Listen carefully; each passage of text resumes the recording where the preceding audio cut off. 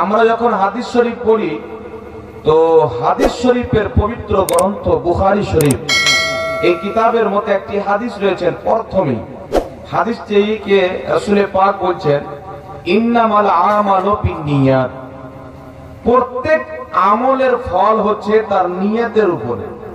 কিসের উপরে? প্রত্যেক আমলের ফল তার নিয়তের উপরে। আমরা যদি আজকে রাত্রি এই নিয়তে বসে থাকি যে আল্লাহ আল্লাহ রসুলের দ্বীন শিখবো, কোরআন ও সুন্নাহর ইলম শিখবো, তাহলে অবশ্যই ইলম শিক্ষা করার যে ফজিলত আল্লাহ আমাদেরকে সেটা দান করবে, নাকি বলেন? জোরে বলেন। আর যদি আমার আপনার নিয়ত হয় যে বক্তার আওয়াজ ভালো হইলে শুনবো, না হলে বাড়ি পালিয়ে যাবো, তাহলে আওয়াজ শোনার নেকি আছে বাবা? কথা বলেন। আওয়াজ শোনার নেকি পাওয়া যাবে? আওয়াজ শোনার নেকি পাওয়া যাবে না। জি, তো আলহামদুলিল্লাহ খুব ভালো আলিমুল মাগুন সুর করে নিজের আওয়াজের মাধ্যমে, সুরের মাধ্যমে আল্লাহ আল্লাহ রসুলের বাণী, সাহাবায়ে কেরামের ঘটনা আপনাদেরকে শোনালেন, খুব ভালো কথা। আমি উপস্থিত হয়েছি, শুনেন। আপনি যদি শিক্ষার নিয়তে আসেন যে আমি জালসাতে গিয়ে কিছু শিখবো, তাহলে আপনার উপকার কি হবে? আর যদি শুধু কান খুশ করবো বলে আসেন, তাহলে আপনার ক্ষতি কি হবে? মাত্র দুটো জিনিস বয়ান করে দিই। রাসূল করিম সাল্লাল্লাহু আলাইহি সাল্লামের হাদিস তাফসীরে কবিরের মধ্যে একজন ব্যক্তি যখন নিয়ত করে, ইরাদা করে যে আমি ইলমে দ্বীন শিক্ষা করতে যাব, সেটা মাদ্রাসা হতে পারে, জালসা হতে পারে, বা কোন শেখের, কোন মুর্শিদের বা কোন আলিমের বাড়িও হতে পারে। আমি যাব ইলমে দ্বীন শিক্ষা করব। রাসূল পাক বলছেন যখনই এই নিয়তটা করে ফেলে কোন বান্দা, আল্লাহ সঙ্গে সঙ্গে তার উপরে রহমতের ফেরেশতা নিক্ষেপ করে দেয়। জোরে বলেন সুবহানাল্লাহ। রহমতের ফেরেশতা নিক্ষেপ করে দেয়। তারপরে যখন ওই বান্দা চলতে আরম্ভ করে ইলমে দ্বীন শিক্ষা করার জন্য, ভারত থেকে বাংলাদেশ, ভারত থেকে চীন, বা বাঙ্গাল থেকে ঝাড়খণ্ড, বা বাঙ্গাল থেকে উত্তরপ্রদেশ, যেখানে শিক্ষা করতে যাবে ইলম, বাড়ি থেকে যখন বের হয় সঙ্গে সঙ্গে আল্লাহ পাকের মুকাররম মালায়েকা ফেরেশতাগণ তার কদমের নিচে নিজের ডানাকে বিছিয়ে দেয়। জোরে বলেন সুবহানাল্লাহ। জিবরিল আলাইহিস সালাতু ওয়াস সালামের মতন ফেরেশতা, যিনি সমস্ত ফেরেশতার সরদার, তিনি নিজের ডানাকে বিছিয়ে দেয়। আর শুনেন, জিবরিল আলাইহিস সালাতু ওয়াস সালামের ডানা কত বড়। জিবরিল আলাইহিস সালাম এই জমিনে এসে যদি নিজের ডানাকে বিছিয়ে দেয়, পৃথিবীর মানুষ সূর্যের এক ছোটাং আলো দেখতে পাবে না। এত বড় ডানা। তিনি আমার নবীর দরবারে আসতেন, মানব রূপে আসতেন, কখনো যুবকের রূপে আসতেন, অন্য অন্য মানুষ রূপে সুন্দর জওয়ান সেজে আমার আপনার নবীর দরবারে উপস্থিত হতেন। এইরকম একজন মালায়েকা নিজের এত বড় রহমতের পর একজন তালিবে ইলম, যিনারা ইলম শিক্ষা করতে যায়, তিনাদের কদম তলে বিছিয়ে দেয়। জোরে বলেন সুবহানাল্লাহ। আজকে যারা আমরা নিয়ত করে এসেছি যে আমরা আজকে গঙ্গা প্রসাদের জালসাতে ইলমে দ্বীন শিক্ষা করব, কোরআন ও সুন্নাহর জ্ঞান অর্জন করব, আপনার কদমে হাদিস মোতাবিক আল্লাহর ফেরেশতাগণ নিজের ডানাকে বিছিয়ে দিবে। আর যদি বলেন আমি সেখানে গিয়ে বাজার কেমন বসেছে, সাজিয়েছে কেমন করে, খাওয়া দাওয়া কেমন হয়েছে, চেক আপ করে চলে যাবো, তাহলে চেক আপই করা হলো। আসার সময় বেকার, যাওয়ার সময় বেকার। কিন্তু উদ্দেশ্য যদি থাকে আমি কিছু শিক্ষা করব, আপনার আসাও ইবাদত, বসাও ইবাদত, এখান থেকে যাওয়াও ইবাদত। জোরে বলেন সুবহানাল্লাহ। এবার শুনেন, একজন ব্যক্তি ইলমে দ্বীন শিক্ষা করতে যাবে, যেতে যেতে রাস্তাতে মারা গেল। হতে পারে কি পারে না বাবা? রাস্তাতে মারা গেল, বা ইলমে দ্বীন শিক্ষা করে যেতে যেতে, বাড়ি যেতে যেতে রাস্তাতে মারা গেল, বা শিক্ষা করতে যাচ্ছে মারা গেল, বা আসছে মারা গেল। ওই মারা যাওয়ার পর আল্লাহ তাবারাক ওয়া তাআলার নিকটে ওই তালিবে ইলম, যিনি ইলমের খোঁজে বের হন, ইলমের জ্ঞানের আপনার হাসিল করার জন্য, জ্ঞানের খোঁজ নেওয়ার জন্য বের হয়, শিখবো বলে বের হয়, ওই ব্যক্তিকে যেই কবরে দাফন করা হয়, ওই কবরস্থানে তার ডান দিকের 40টি কবর, বাম দিকে 40টি কবর, তালিবে ইলমের কবর হওয়ার বরকতে তাদের কবরে ডান দিকে 40টি কবর আযাব, বাম দিকে 40টি কবর আযাব আমার আল্লাহ সঙ্গে সঙ্গে ক্ষমা করে দেয়। বলে সুবহানাল্লাহ। একজন তালবে ইলমের এত মর্যাদা, এত ফজিলত বাবা। তো আজকে যিনারা এখানে বসে আছেন আপনারা তালবে ইলম নিয়ত করেন যে আমরা শিক্ষার জন্য বসে আছি। এই নিয়ত যদি হয় তাহলে আমাদের আসা যাওয়া বসা সব কামিয়াব হবে। বুঝেছেন তো বাবা? সমস্যা তো নয়। এইবার চলে আসেন, এই গ্রামের লোক ভালোভাবে দেখে যাচাই বাছাই করে ভালো ভালো উলামায়ে কেরামকে নিয়ে এসেছেন যে কাদের দ্বারা মানুষ বেশি উপকৃত হবে, না কি বলেন? শুনেন, আজকে যে আপনারা এখানে আছেন ইলমে দ্বীন শিখছেন, মাত্র কয়েকটা হাদিস শুনিয়ে দিয়ে আমি আমার বিষয়ের দিকে যাব। আজকে আপনারা ইলমে দ্বীন শিখছেন, সর্বপ্রথম একটি কথা মনে রাখবেন, এখানে আলিম ওলামা লেকচার দিচ্ছেন, তাদেরকে আপনারা দেখছেন। আমার আপনার নবী সাল্লাল্লাহু আলাইহি ওয়াসাল্লাম বলেন তিনটি জিনিসের দিকে তাকানো হচ্ছে ইবাদত। কটি জিনিস? জোরে হবে না? তিনটি জিনিসের দিকে তাকানো ইবাদত। রাসূলুল্লাহ সাল্লাল্লাহু আলাইহি ওয়াসাল্লাম বলছেন একটি হচ্ছে আল্লাহর ঘর কাবা, কাবা শরীফের দিকে যে যতবার তাকাবে আল্লাহ তাবারাক ওয়া তাআলা ততবার নেকি দেবে, বলেন সুবহানাল্লাহ। আল্লাহর কাবাকে তাকানো ইবাদত। তাই আমি দোয়া করি যারা এখানে উপস্থিত হয়েছেন আল্লাহ সকলকে জীবনে একটিবার কাবা ঘর দেখার তৌফিক দান করেন, বলেন আল্লাহুম্মা। আল্লাহর কাবার ঘরে তাকানো ইবাদত। দ্বিতীয় নম্বরে আমার আপনার নবী বলছেন পিতা মাতার চেহারার দিকে তাকানো ইবাদত। রাসূল পাক বলছেন কোন ব্যক্তি যদি মহব্বতের দৃষ্টিতে, আদবের দৃষ্টিতে, ভালোবাসার দৃষ্টিতে নিজের পিতার দিকে তাকায়, নিজের মায়ের চেহারার দিকে তাকায়, রাসূল পাক বলছেন যেই ব্যক্তি একটিবার নিজের পিতা মাতার চেহারার দিকে তাকাবে আল্লাহ তাকে একটা কবুল হজের সওয়াব দিবে। কবুল হজের সওয়াব। এখান থেকে আমি সেজে টেজে টিকিট করে কত রকমের আপনার খাটেনি করে কাগজপত্র জমা করে যাব, আমার হজ কবুল হবে কিনা গ্যারান্টি নাই, নাকি বাবা? গ্যারান্টি আছে? সবারই যে হজ কবুল হবে আর কোনো গ্যারান্টি আছে? জি। রাসূল পাক বলেন কিয়ামতের ময়দানে হাজরে আসওয়াদ, কাবা ঘরে একটি পাথর আছে, যে পাথরটাকে সবাই চুমার জন্য লালাইতো, নাকি বলেন? সবাই চুমুন দেয়। রাসূল পাক বলেন এই হাজরে আসওয়াদ কিয়ামতের ময়দানে ঈমানদারদের ঈমানের গওয়াহি দিবে, সাক্ষী দিবে, আর বেঈমানদের বেঈমানের সাক্ষী দিবে। হাজরে আসওয়াদ, আপনি সৌদি আরবের কানুনকে পড়েন, সংবিধানকে পড়েন, তাদের কানুন হচ্ছে মক্কা এবং মদিনা হারমাইন শরীফাইনের মাটিতে কোন অমুসলিম পরিবেশ করতে পারবে না। এটা আলাদা বিষয়। এখন যে আপনার বাদশা সেখানে আছে মোহাম্মদ বিন সালমান সাহেব মনে হয় তার নাম, এখন যে বাদশা আছে এই বাদশার বাবা হচ্ছে সৌদি আরবের একজন লোক আর এর মা হচ্ছে একজন ইহুদি মহিলা। তাই এর টান বেশি ইসরায়েলের দিকে যায়। তার কারণে দেখতে পাওয়া গেল কিছুদিন পূর্বে নবী পাকের রওজা মুবারকের বাহির পিঠে অনেক হাফ প্যান্ট পরা পরা ইহুদি মহিলারাকে, খ্রিস্টান মহিলারাকে ঘুরিয়ে বেড়ালো। এখন অনেক নিয়ম চেঞ্জ হয়ে যায়। এই বাদশা ফাতোয়া দিল যে সৌদি আরবের দারু বিক্রি করা আমাদের আইনে আমি বৈধ করে দিলাম, বলো নাউজুবিল্লাহ।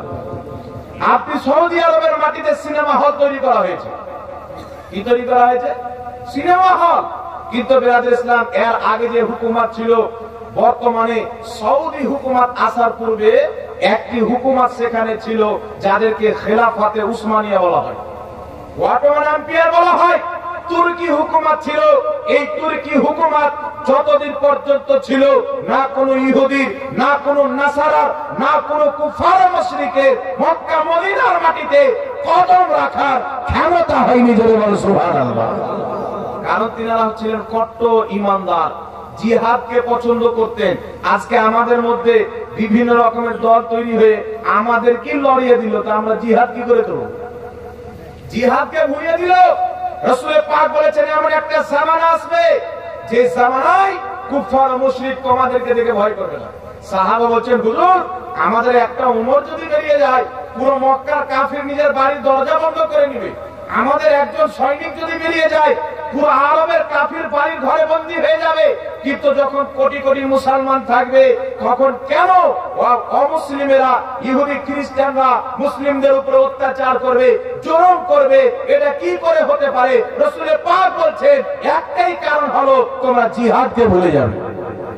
আজকে ফিলিস্তিনের মাটিতে ফিলিস্তিনদের মুসলমানদেরকে এত রকম করে মারা হয়, আব্বা আপনি যদি ওদের ভিডিওকে দেখেন, খিদার জ্বালায় ঘাসকে চিবিয়ে খাচ্ছে, খিদার জ্বালায় মায়ের কোলে প্রাণ দিয়ে দিচ্ছে বাচ্চা।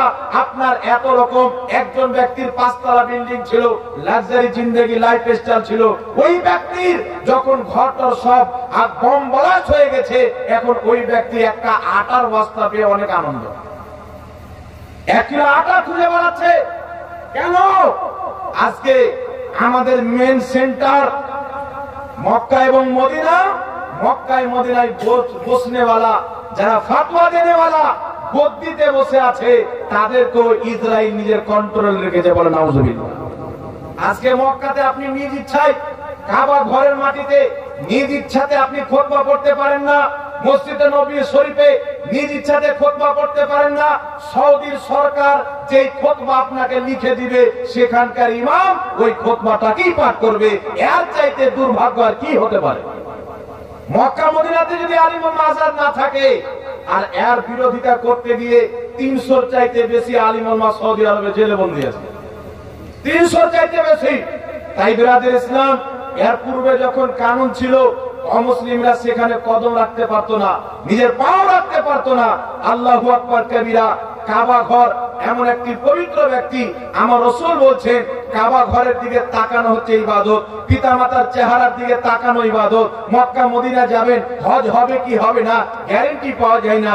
হজ তো করলাম, কবুল করবে কি না করবে এটা তো আমার কাছে নাই, এটা তো হচ্ছে আল্লাহর কাছে।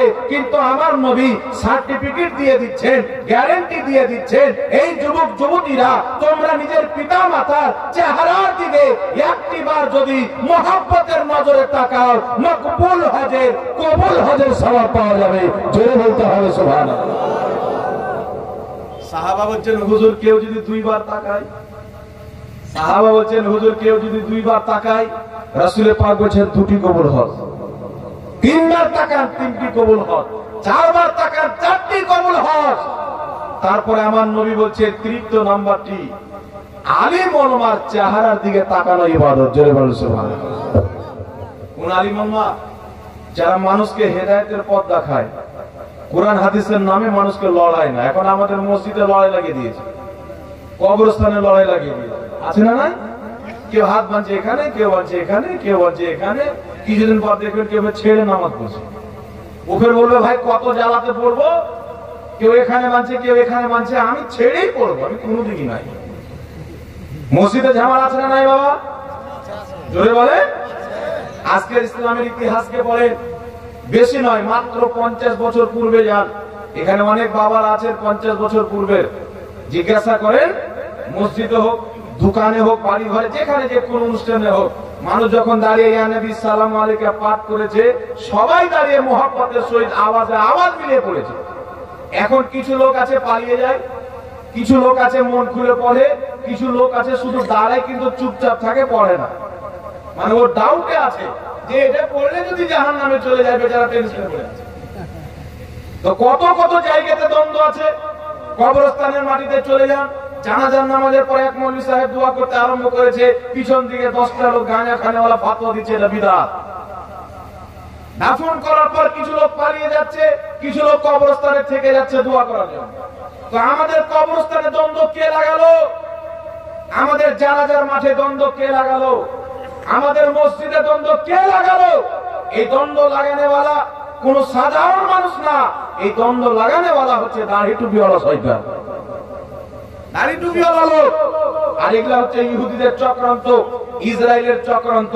আমেরিকা থেকে ফান্ডিং করা হয়, ইসরায়েল থেকে ফান্ডিং করা হয়, আসল মুসলমানকে পথভ্রষ্ট করার জন্য, ফিতনা তৈরি করার জন্য, দলে দলে বিভক্ত করার জন্য একটি বহুত বড় চাল করা হয়েছে, বহুত বড় একটি পরিকল্পনা করা হয়েছে।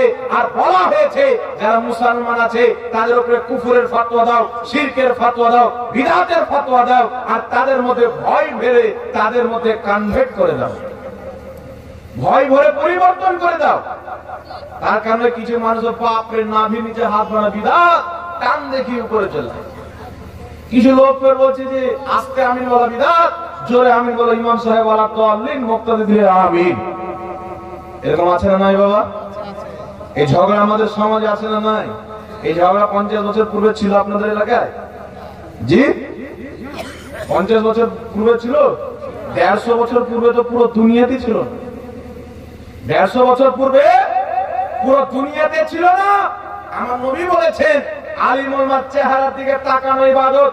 কোন আলিম?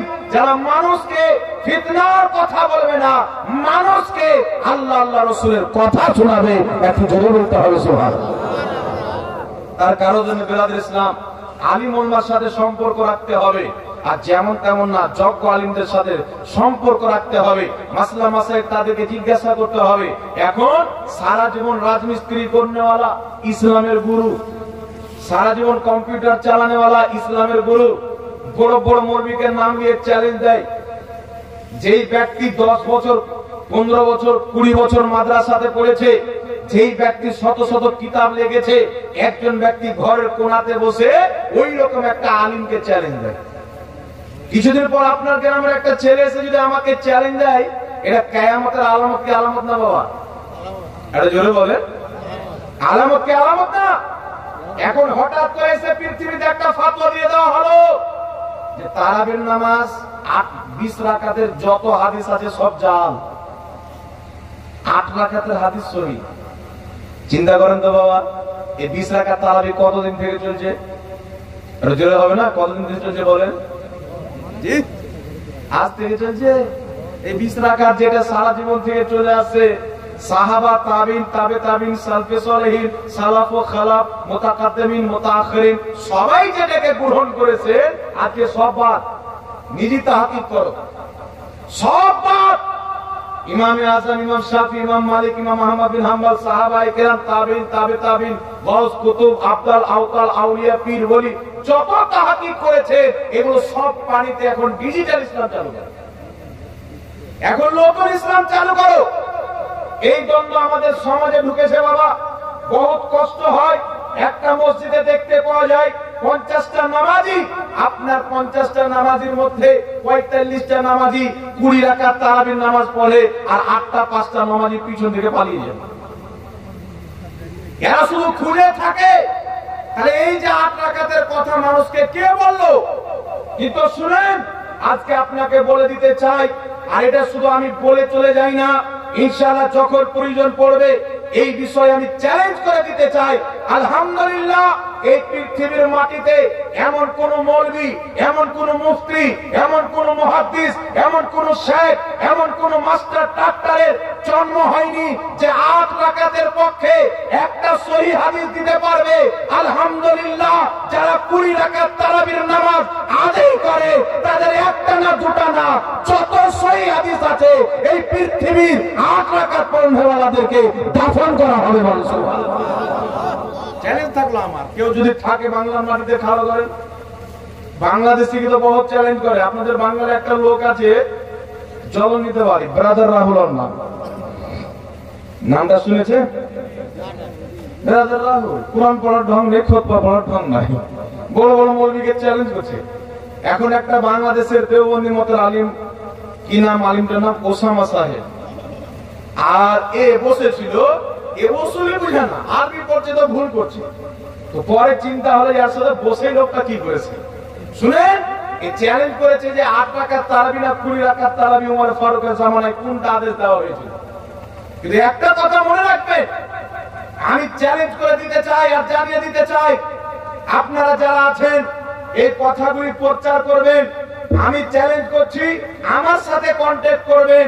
যদি এই পৃথিবীর মাটিতে নামধারী কোন লামাযহাবী যারা আমাদের যুবকদেরকে গুমরাহ করে, আমাদের মুরব্বীদেরকে গুমরাহ করে, আমাদের ভাইদেরকে গুমরাহ করে, আমাদের মসজিদে ফিতনা সৃষ্টি করে, সমাজে ফিতনা সৃষ্টি করে, 8 রাকাত তারাবির নামে আমি আমার বেঁচে থাকা পর্যন্ত চ্যালেঞ্জ ঘোষণা করলাম, যদি 8 রাকাতের পক্ষে এই জমিনের মাটিতে কোন মায়ের লাল একটা সহিহ হাদিস দেখাইতে পারে যে আল্লাহর নবী 8 রাকাত তারাবি পড়েছে, আমি তাকে 5 লক্ষ টাকা পুরস্কার দেব।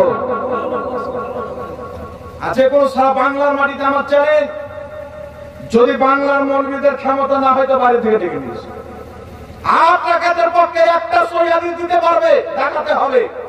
আর 20 রাকাতের কথা বলো, আলহামদুলিল্লাহ 20 রাকাতের পক্ষে যদি সহিহ হাদিস না দেখাতে পারি, জুতোর গলা মালাই হবে জাহাঙ্গীর মৌলবী।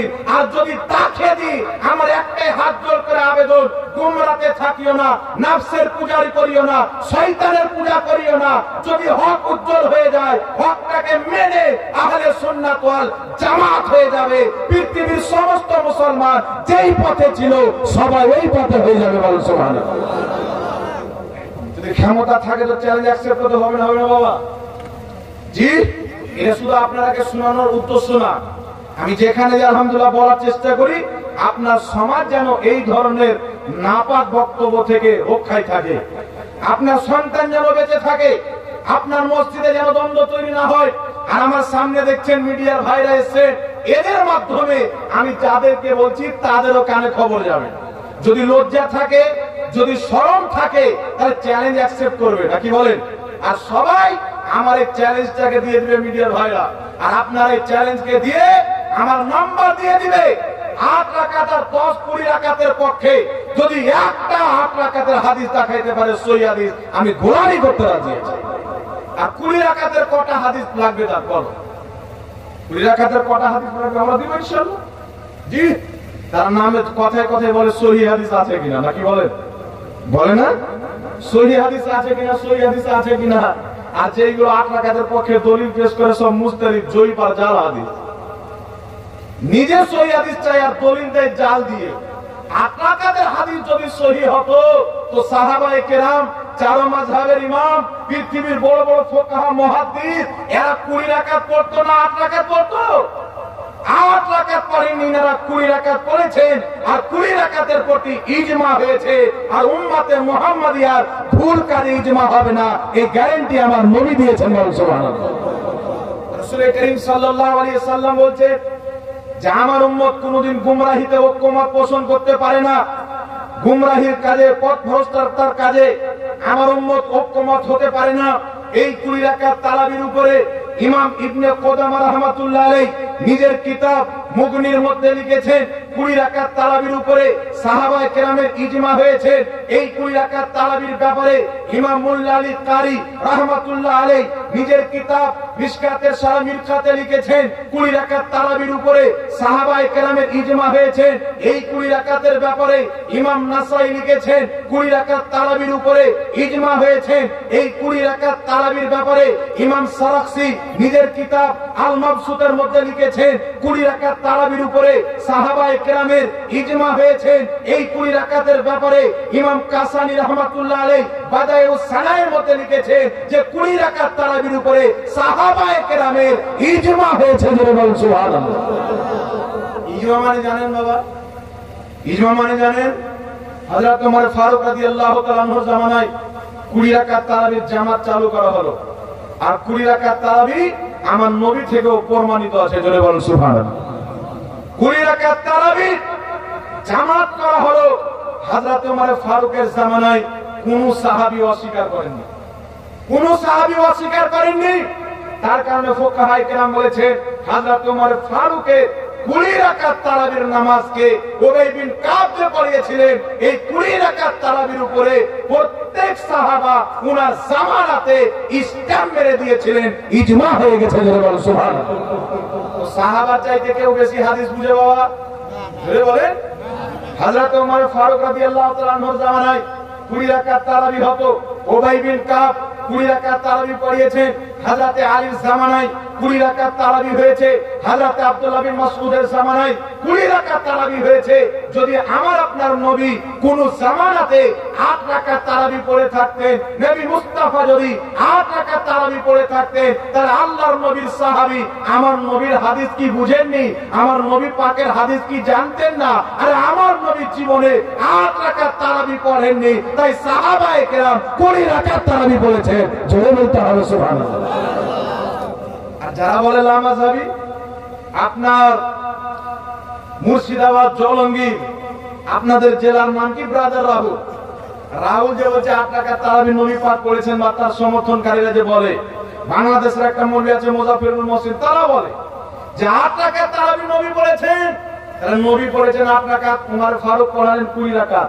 তাহলে হযরত ওমর ফারুক নবীর হাদিস বেশি বুঝে না তোমরা বেশি বুঝো? হযরতে আলী জিনার ব্যাপারে রাসূল পাক বলেছেন আনা মদিনাতুল ইলম ওয়া আলিউন বাবা, আমি জ্ঞানের শহর, আলী তার দরজা। নবী মুস্তাফা জ্ঞানের শহর, আলী তার দরজা। কোন ব্যক্তি যদি কোন ঘরের মধ্যে শহরের মধ্যে পরিবেশ করে, দরজার কাছে দুইবার আসতে হবে, একবার ঢোকার সময়, একবার বের হওয়ার সময়। এত বড় জ্ঞানী ব্যক্তি হযরত আলী রাদিয়াল্লাহু তাআলা আনহু, সাহাবায়ে কেরামের মধ্যে বিখ্যাত ইলমওয়ালা জ্ঞানী ব্যক্তি, এমন একজন সাহাবী আলী রাদিয়াল্লাহু তাআলা আনহু নিজের জামানায় অন্য সাহাবীদেরকে, উনার মান্যকারীদেরকে, মুসলমানদেরকে আদেশ দিলেন তোমরা তারাবির নামাজ 8 রাকাত না, তিনি আদেশ দিয়েছিলেন 20 রাকাত পড়ো। জোরে বলতে হবে সুবহানাল্লাহ। বিখ্যাত মুজতাহিদ তবকার সাহাবী হযরত আব্দুল্লাহ ইবনে মাসউদ রাদিয়াল্লাহু তাআলা আনহু জামানায় তিনি বলছেন আমরা 20 রাকাত তারাবি পড়তাম। আর যে হাওয়ালাটি আমি দিচ্ছি আলহামদুলিল্লাহ সাহাবায়ে কেরামের হযরত আলী জামানায় 20 রাকাত তারাবি হয়েছে, ওমর ফারুকের জামানায় 20 রাকাত তারাবি হয়েছে, তাবেঈনদের জামানায় 20 রাকাত তারাবি হয়েছে, চার ইমামের জামানায় 20 রাকাত তারাবি হয়েছে। এই সমস্ত বিষয় সহিহ হাদিস এবং সহিহ সূত্র দ্বারা প্রমাণিত। জয় বলতে হবে সুবহানাল্লাহ। সাহাবায়ে কেরামের চাইতে সুন্নাত আজকের মৌলবি বেশি বুঝে বাবা, না না, এর জোরে বলেন বেশি বুঝে। একজন সাহাবী দেখিয়ে দেখে 8 রাকাত তারাবি পড়েছে, কেউ দেখাতে পারবে না। 8 রাকাতের দলিল দুটি দেওয়া হয়, একটু আমার দিকে লক্ষ্য করবেন। 8 রাকাত তারাবির পক্ষে দুটি দলিল দেওয়া হয়।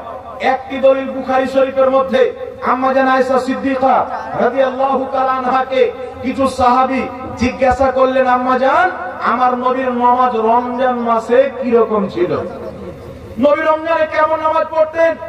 আয়েশা সিদ্দিকা রাদিয়াল্লাহু তাআলা আনহা বললেন, রাসূলুল্লাহ সাল্লাল্লাহু আলাইহি ওয়াসাল্লাম রমজান মাসে 11 রাকাতের বেশি পড়তেন না।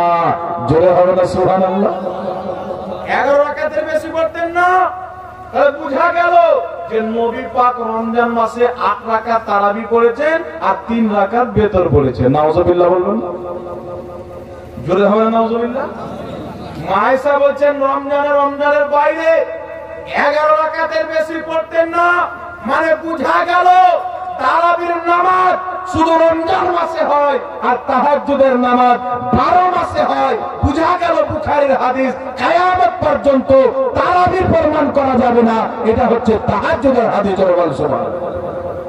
দলিল নিয়ে এলেন, খালি বলে দিলে তো আর হবে না। আমি দলিল দিচ্ছি শুনেন। লামাযাবি আহলে হাদিসদের বড় ইমাম নওয়াব সিদ্দিক হাসান খাঁ ভোপালী নিজের কিতাব আউনুল বারী দ্বিতীয় খণ্ড 196 পৃষ্ঠার মধ্যে লিখছে, এই আম্মা জান আয়েশার হাদিসকে উল্লেখ করেছেন। হযরত আব্দুল্লাহ ইবনে মাসউদ বলছেন নবী পাক কয় রাকাত পড়তেন? বলেন 13 রাকাত পড়তেন। আয়েশা বলেন এক জায়গায় রমজানের বাইরে 11 রাকাতের বেশি পড়তেন না। আবার আয়েশা বুখারীতে বলেন 13 রাকাত পড়তেন। আবার এক জায়গায় আয়েশা বলেন 9 রাকাত পড়তেন। তার হাদিসের শব্দের মধ্যে, রাকাত সংখ্যার মধ্যে বাড়তি ঘটতি আছে না নাই? একই বুখারীর মধ্যে আয়েশা বলেন নবী রমজানের বাইরে 11 রাকাতের বেশি পড়তেন না। ওই বুখারীতে আব্দুল্লাহ ইবনে মাসউদ বয়ান করছেন নবী 13 রাকাত পড়তেন, আয়েশা বলেন 13 পড়তেন, আয়েশা কখনো বলেন 9 পড়তেন। তো বিভিন্ন রকমের একই নামাজের ব্যাপারে যখন কোথাও 7 রাকাত পাওয়া যায়, 9 রাকাত পাওয়া যায়, 11 রাকাত পাওয়া যায়, 13 রাকাত পাওয়া যায়, এই ধরনের হাদিসকে বলা হয় মুস্তারিব। আর মুস্তারিব হাদিস দিয়ে দলিল গ্রহণযোগ্য হয় না। জোরে বলেন সুবহানাল্লাহ। তাহলে নবী পাক সাল্লাল্লাহু আলাইহি সাল্লাম শুধু 11 না 13 রাকাত করেছেন, বুখারীর হাদিস। তাহলে 13 রাকাত করলে কয় রাকাত তারাবি মানতে হবে বাবা? জোরে বলেন। 10 রাকাত তারাবি 3 রাকাত বেতর, আর 12 রাকাত তারাবি 1 রাকাত বেতর, নাকি বলেন? আর যদি 9 রাকাত হয় তাহলে 8 রাকাত তারাবি 1 রাকাত বেতর। আর যদি 7 রাকাত এর হাদিসটা দেওয়া হয় তাহলে কয় রাকাত তারাবি হবে? 4 রাকাত তারাবি 3 রাকাত বেতর। তা 4 রাকাত তারাবি হয়? জোরে বলেন। 4 রাকাত তারাবি হয়।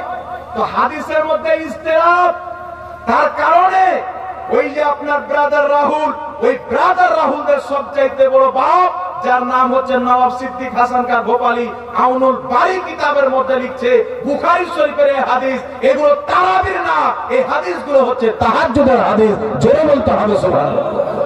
তাহাজ্জুদের নামাজ সংখ্যা 8 রাকাত করেন সুন্নাত হবে, সংখ্যা 12 রাকাত করেন সুন্নাত হবে, সংখ্যা আপনার 4 রাকাত করেন সুন্নাত হবে। এই যে সুন্নাত বলা হয়েছে এটা তারাবির না, এটা তাহাজ্জুদের নামাজকে বলা হয়েছে। আরেকজন বিখ্যাত ইমাম ইমাম ইবনে হাজার আসকালানী রাহমাতুল্লাহ আলাইহি, জিনার কিতাবকে ব্রাদার রাহুলদের বড় শাইখরা ছাপায়, যে কিতাবটির নাম হচ্ছে ফাতহুল বারি, বুখারী শরীফের সারা ফাতহুল বারি, সারা পৃথিবীতে সবচাইতে বেশি গ্রহণযোগ্য বুখারী শরীফের সারা। এই কিতাবের মধ্যে ইমাম ইবনে হাজার আসকালানী বলছেন, আম্মা জান আয়েশার হাদিস, নবী রমজানের বাইরে 11 রাকাতের বেশি পড়তেন না। ইমাম ইবনে হাজার আসকালানী বলছেন এটা তারাবি না, এটা হচ্ছে তাহাজ্জুদের হাদিস। জয় বলতে হবে সুবহানাল্লাহ। এটা কিসের হাদিস বাবা? তাহাজ্জুদের হাদিস। ইমাম ইবনে হাজার আসকালানী ফাতহুল বারির মধ্যে লিখছেন, নাসাবা বা'দুহুম ইল্লাল ইসতিরাব, এবং এই হাদিসের মধ্যে ইসতিরাব রয়েছে। অনেক মুহাদ্দিসিনে কেরাম বলেছেন, আউনুল বারির মধ্যে নওয়াব সিদ্দিক হাসান খান গোপালী বলেছেন, নাসাবা বা'দুহুম হাদিসুহা ইল্লাল ইসতিরাব, এই হাদিসের মধ্যে ইসতিরাব আছে, তাই অধিকাংশ উলামায়ে কেরাম এটাকে তারাবি বলে গ্রহণ করেননি, সবাই তাহাজ্জুদের কথা বলেছে, এবং একই রাকাতকে সুন্নাত বলেনি, ভিন্ন ভিন্ন রাকাতকে বলা হয়েছে। জোরে বলতে হবে সুবহানাল্লাহ। তাহাজ্জুদের হাদিস দিয়ে মানুষের তারাবির নামাজকে খারাপ করা, এটা কোনো হক্কানি আলিমের কাজ হতে পারে বাবা? এবার 20 রাকাত তারাবির নামাজ সুন্নাত শুনেন। ইমাম নববী রাহমাতুল্লাহ আলাইহি নিজের কিতাব আল আজকার 84 পৃষ্ঠা, বেইরুত লেবাননের ছাপ, ইমাম নববী রাহমাতুল্লাহ আলাইহি বলছেন, ইলাম আন্না সালাতাত তারাবিহে সুন্নাতুন বিইত্তিফাকিল উলামাই ওয়া হিয়া 20 রাকাতান। আল হযরতে ইমাম নববী বলছেন, ইলাম পৃথিবীর মানুষ তোমরা জেনে নাও, আন্না সালাতাত তারাবিহে সুন্নাতুন, তারাবির নামাজ হচ্ছে সুন্নাত, বিইত্তিফাকিল উলামা, এই বিষয়ে সমস্ত আহলুল ইলমদের ঐকমত রয়েছে। ওয়া হিয়া 20 রাকাতান, আর ওটা 8 রাকাত না, ওটা হচ্ছে 20 রাকাত। জোরে বলতে হবে সুবহানাল্লাহ। কত রাকাত বাবা? 20 রাকাত সুন্নাত। ইমাম গাজ্জালী রাহমাতুল্লাহ আলাইহি হুজ্জাতুল ইসলাম আহিয়া উলুমিদ্দিনের মধ্যে লিখতেছেন যে 20 রাকাত তারাবি হচ্ছে সুন্নাতে মুআক্কাদা। ফুকাহায়ে কেরাম, মুহাদ্দিসিনে কেরাম 8 রাকাতকে সুন্নাতে মুআক্কাদা বলেননি, তিনারা বলেছেন তো 20 রাকাতকে বলেছেন। একটু জোরে বলতে হবে সুবহানাল্লাহ। তার কারণে 20 রাকাত তারাবির সহিহ হাদিস, এই হাদিসে না দুর্বলতা আছে, না এই হাদিসে ইজতিরাব আছে, না এই হাদিসে মতনৈক্য আছে। তাই 20 রাকাত তারাবির উপরে যেহেতু প্রত্যেক সাহাবা মেনেছে, 20 রাকাত তারাবি ইজমা পোষণ করেছেন। আর মোল্লা আলী কারি বলছেন, আজমাউস সাহাবাতো, সাহাবায়ে কেরাম 20 রাকাত তারাবির উপরে ইজমা পোষণ করেছেন। জোরে বলুন সুবহানাল্লাহ। আজকে কোন ব্যক্তি যদি গাঁজা খেয়েছে বলে যে 8 রাকাত তারাবি নামাজ মানা যাবে বাবা? কথা বলেন, মানা যাবে? কেউ যদি এই ধরনের কথা বলে তো আমার সাথে যোগাযোগ করাবে। আর আমি এখানে বলছি আমার ইউটিউবারদেরকেও বলবো যে আপনাদের যদি পহস থাকে তাহলে একবার আমার সাথে বসান, এমন পোস্টমর্টম করে তুমি ইনশাআল্লাহ 7 মাসের পর্যন্ত বাল ঠান্ডা জমান, মাথায় চুল হবে না, এমন পোস্টমর্টম করবো জিন্দেগিতে 20 রাকাত তারাবির হাদিসকে জাল বলবে না। মাত্র একবার চলে আসুক, যদি বলে আমার সময় নেই, সময় বের করো। তুমি জালসা করছো 20,000 টাকা 15,000 টাকা নিচ্ছ, আমি দেবো তোমাকে।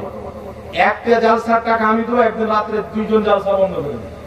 চলে এসো ফেস টু ফেস, জাতি জেনে নিবে তোমরা হাদিসের নামে কত বড় জালিয়াতি করেছো। আর আমি চ্যালেঞ্জ করলাম, যদি হিম্মত থাকে তাহলে একটা হাদিস পেশ করবে, একটা হাদিস যে তারাবির নামাজ হচ্ছে 20 রাকাত। এই বক্তব্য আপনারা অবশ্যই পৌঁছানোর চেষ্টা করবেন, কারণ মানুষের ঈমানকে নষ্ট হতে দেওয়া যাবে না। মানুষের নামাজ নষ্ট হতে দেওয়া যাবে না। আলিম ওলামাদের কত বলার পর পর 10টা নামাজি হয়, আর এই নামাজির যদি নামাজকে খারাপ করে দেয় তাহলে আমাদের মতো মুরব্বি আল্লাহর কাছে কি জবাব দিবে? রাসূল পাক বলেছেন, ফিতনার জামানায় কেউ যদি মানুষকে পথভ্রষ্ট করে আর কাউরির কাছে যদি সঠিক ইলম থাকে, সে যদি প্রতিবাদ না করে, হকটা প্রকাশ না করে, কিয়ামতের ময়দানে ওই মৌলবীকে মুখের ভাবে ফেলে দিয়ে টেনে জাহান্নামে নিয়ে যাওয়া হবে। আমরা জাহান্নাম যেতে চাই না, আমাদের মুসলমান ভাইয়ের ঈমানও নষ্ট হতে দেব না, আমলও নষ্ট হতে দেব না। বলুন সুবহানাল্লাহ।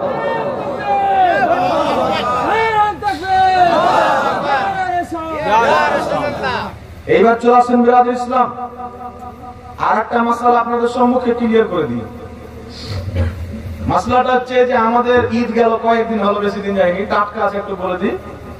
আপনাদের সমাজে আছে না নাকি কিছু লোক বেরিয়েছে এখন নতুন বিস্তারা নিয়ে, নতুন ফাতোয়া নিয়ে বেরিয়েছে যে টাকা দিয়ে ফিতরা আদায় করা হবে না। সারা পৃথিবীর লোক যদি টাকা দিয়ে ফিতরা আদায় করে তাহলে সারা পৃথিবীর লোকের ফিতরা হবে না, সবাই গুনেগার। এই ফতোয়া দেওয়া হয়েছে না হয়নি বাবা? কথা বলে আপনারা হয়তো শুনেননি, যারা সোশ্যাল মিডিয়াতে জুড়ে আছে তারা অবশ্যই শুনে হবে। তাই শুনেননি তো কিছুদিন পর শুনতে পারে, তো মাসলাটা ক্লিয়ার করে নিয়ে চলে যান যেন আপনাকে কেউ বোমা না করতে পারে। আচ্ছা বলেন তো বাবা, আপনারা অনেক দিন থেকে টাকা দিয়ে ফিতরা দিচ্ছেন না, দেন না? এখন যদি হুট করে কোনো মৌলবি এসে বলে যত টাকা দিয়ে ফিতরা দিয়েছে সবাই গুনেগার, করির ফিতরা হয়নি, আপনার মনটা খারাপ করবে কি করবে না? জি, আপনার ইমান অটোমেটিক দুর্বল হয়ে যাবে। তার কারণে ইউটিউব যখন খুলবেন, ফেসবুক যখন খুলবেন, লম্বা দাড়ি হয়ে ফতোয়া শুনলে হবে না। এর পরে লম্বা দাঁড়িয়ে ফতোয়াটা দিয়ে দিল, গ্রহণযোগ্য হবে না। লম্বা টুপি দেখে হবে না, লম্বা পাগড়ি দেখে হবে না, লম্বা জুব্বার ঘোমটা দেখে হবে না। ফতোয়া দেখতে হবে, যদি তার ফতোয়া ইমাম মুজতাহিদিনদের পক্ষে হয়, মুহাদ্দিসিনে কেরামের পক্ষে হয়, সাহাবার পক্ষে হয়, তার ফতোয়া মানা যাবে। সাহাবার বিপক্ষে যদি হয়, লাথি মেরে ওই ফতোয়াকে পালিয়ে দিতে হবে, ওই ফতোয়া গ্রহণযোগ্য হবে না। এই জন্য বিরাদর ইসলাম নাম দিয়েছে আহলে হাদিস, কিন্তু হাদিসের হওয়া বুঝে না। নাম দিয়েছে আহলে হাদিস, জি, হাদিসের হওয়া বুঝে না। যদি আমার সামনে কোনদিন মানে ডিবেট হয়, তাহলে আমি এই বিষয়ে আগে ডিবেট করতে চাইবো যে অনেক সহিহ হাদিসকে লামাযহাবীরা অস্বীকার করে। এটা আমি প্রমাণ করবো ইনশাআল্লাহ। 500 হাদিস জমা করা আছে। কোন কোন বিষয়ের হাদিসকে তারা অস্বীকার করে, মুহাদ্দিসিন হাদিসটাকে সহিহ বলেছে, এরা মানে না, পাবলিকের সামনে তুলে ধরে না। তো বিরাদর ইসলাম শুনেন, টাকা দিয়ে ফিতরা আদায় করা যাবে কি যাবে না? এই জলঙ্গির ব্রাদার রাহুল, একে আমি মাঝে মাঝে সিস্টার রাহুল বলি, জি, কারণ ভারতের মৌলবীর সাথে বসতে চাই না। ভারতের মৌলবীর নাম শুনলে পাতলা পায়খানা চলে যায়। আরেকটা বক্তব্য শুনলাম কালিয়াচক দিয়ে, কোথায় বক্তব্য দিচ্ছে, বলছে যে ফিতরা দিয়ে, টাকা দিয়ে ফিতরা আদায় করা যাবে না, এটা মৌলবীর বানানো। মৌলবীরা যুক্তি দেয়, একজন ব্যক্তিকে গম দিলেন, একজন ব্যক্তিকে খেজুর দিলেন, ওই ব্যক্তি যদি গম আর খেজুর নিয়ে আপনাদের গ্রামের কোন ভাইয়ের কাপড়ের দোকানে যে একটা লুঙ্গি কিনবো বলে, তাহলে গম দিয়ে লুঙ্গি দিবে, বাবা টাকা লাগবে? যদি বলে ওই গরিব ব্যক্তি, মিসকিন ব্যক্তি চিন্তা করলো যে আমি মাংস কিনবো, তাই যদি গম দিয়ে মাংস কিনতে চাই তাহলে হবে? জি, হবে না। আপেল কিনতে চাই, সেও কিনতে চাই, গম নিয়ে দিবে না। আর আপনারা বলেন, যদি একজন ব্যক্তির কাছে 5 কেজি গম থাকে আর একজন ব্যক্তির কাছে 10 কুইন্টাল 5 কুইন্টাল থাকে, কোনটা গমের দাম বেশি হবে? যে কোনো পাইকার শুনলে 5 কুইন্টাল আছে চলে আসবে, বলবে 2000 দেবো, আর আপনি গিয়ে বলবেন যে আমার কাছে 5 কিলো আছে, তো বলছে 18 টাকা কিলো দেবো। এরকম হয় কি হয় না বাবা? কম বিক্রি করবেন দাম কম হয় কি হয় না? আর বেশি বিক্রি করবেন তো দাম বেশি না, কি বলেন? তার কারণে বর্তমান জামানাতে কেউ যদি নিজের গম বিক্রি করে টাকা দিয়ে ফিতরা আদায় করে, তাহলে মিসকিনদের বেশি উপকার হবে। হবে কি হবে না? ওই টাকা দিয়ে যা চাই তাই কিনবে। তাই ফুকাহায়ে কেরাম বলেছে যে বর্তমান জামানাতে গমের চাইতে আটা দিয়ে যদি ফিতরা আদায় করা যায়, তো গম দিয়ে ফিতরা আদায় করার চাইতে আটা দিয়ে ফিতরা আদায় করা বেশি উত্তম। আর আটাকে বিক্রি করে কেউ যদি টাকা দিয়ে ফিতরা আদায় করতে চায়, তাহলে আটার চাইতে টাকা দিয়ে ফিতরা আদায় করা আরো বেশি উত্তম। যদি বলেন সুবহানাল্লাহ।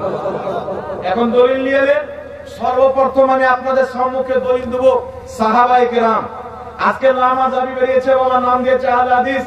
ইনাদের মৌলবীরা বলতে চায় যে সাহাবায়ে কেরাম দ্বীনের মাপকাঠি না। চিন্তা করেন হাজরাত, সাহাবায়ে কেরাম দ্বীনের মাপকাঠি না, কিন্তু আমার আপনার নবী বলেছেন আমার সাহাবা হচ্ছে তারকার মতো। কোন একজন সাহাবাকে যদি কেউ অনুসরণ করে নেয়, আমার নবী বলছেন ওই ব্যক্তি হেদায়েত পেয়ে যাবে। যদি বলেন সুবহানাল্লাহ।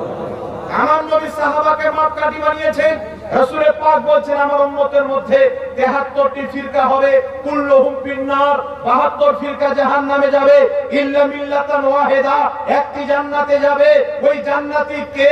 রাসূল পাক বলছেন মা আনা আলাইহি ওয়া আসহাবি, যে আমার তরিকাতে চলবে, আমার সাহাবাকে মেনে চলবে, তারাই হবে জান্নাতি। বলেন সুবহানাল্লাহ। রাসূল পাক বলেন মা আনা আলাইহি ওয়া আসহাবি, আমাকে অনুসরণ করো, আমার সাহাবাকে অনুসরণ করো। তাহলে যেই ব্যক্তি দ্বীনের মাপকাঠি হবে না, তাকে অনুসরণ করা যাবে বাবা? যাবে? যাবে না।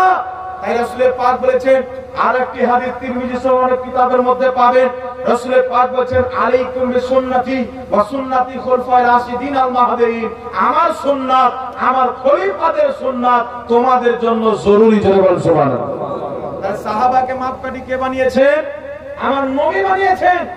আজকে নাম রাহুল দিয়ে সিস্টার লাগাকার ব্রাদারি লাগা, নামের আগে শাইখ লাগিয়েছে, মাদানি লাগিয়েছে, মক্কি লাগিয়েছে, হেজাজি লাগিয়েছে, কিন্তু বলছে সাহাবা দিনের মাপকাঠি না। কিন্তু তারা নিজের লেকচারে এটা বুঝাইতে চায় যে আমাদেরকে অনুসরণ করো, দিন তো আমাদের কাছে আছে, আমরা তো দিনের মাপকাঠি, যারা আমাদের ফতোয়া চলবে তারা জান্নাতে যাবে, কিন্তু সাহাবীর ফতোয়া চলবে না। জোরে বলেন নাউজুবিল্লাহ।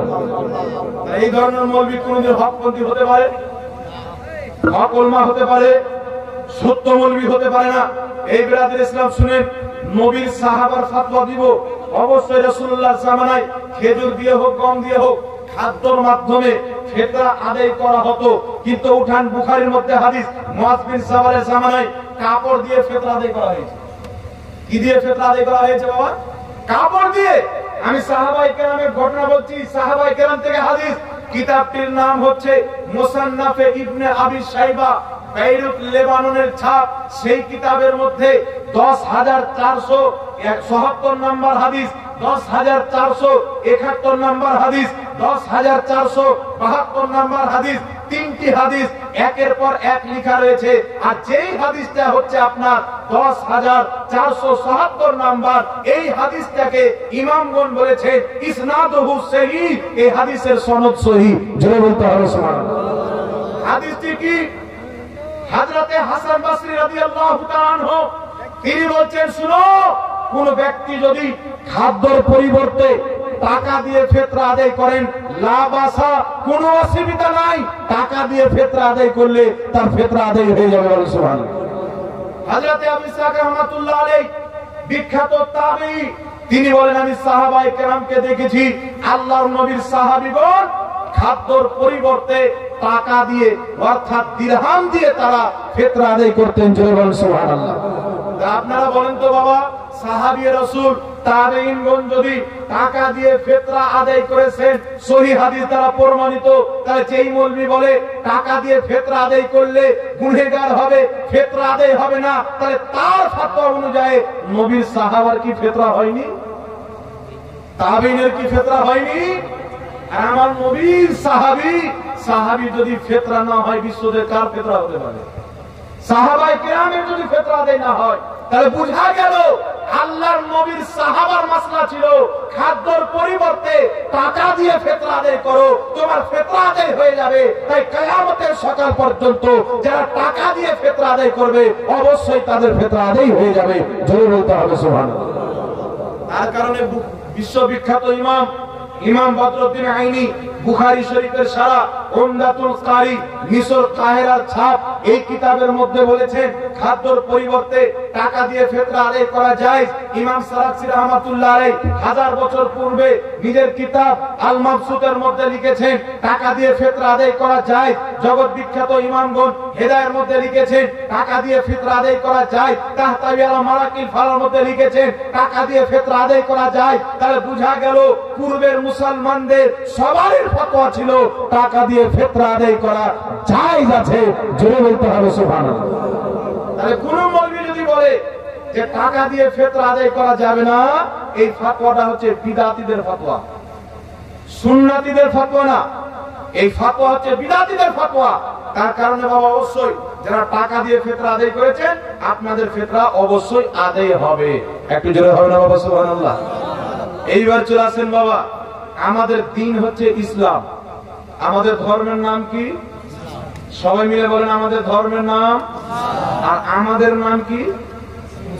মুসলমান। মুসলমান হচ্ছে ফার্সি ভাষা, কুরআন পাকে আমাদেরকে বলা হচ্ছে মুসলিম। তো আমরা মুসলমান, মুসলিম, আমাদের ধর্মের নাম ইসলাম। আমাদের ধর্মের সবচাইতে বড় উত্তম ইবাদতের নাম কি বাবা? নামাজ। জোরে বলেন কি নাম? আপনারা পড়েন তো? পড়েন তো? যারা পড়েন না অবশ্যই নামাজ পড়বে। নামাজ পড়া ফরজ, নামাজ ছাড়া দুনিয়ার সবচেয়ে নিকৃষ্ট পাপ। আচ্ছা বলেন তো বাবা, আমরা যে নামাজ পড়ি যুগ যুগ থেকে, তাহলে নামাজ যখন আমরা স্টার্ট করি আমাদের বাপ দাদা করেছেন, পূর্বের আউলিয়ায়ে কেরাম ইমাম মুহাদ্দিসিনগণ সালফে সালেহিন করেছে। কোথায় থেকে আমরা হাত বানি বাবা? কোথায় হাত বানি? নাভির নিচে বানি না? এই জোরে বলেন, সবাই বানেন না? তো হঠাৎ করে এখন ফাতোয়া কোথায় থেকে আসলো যে এখানে হাত বানতে হবে?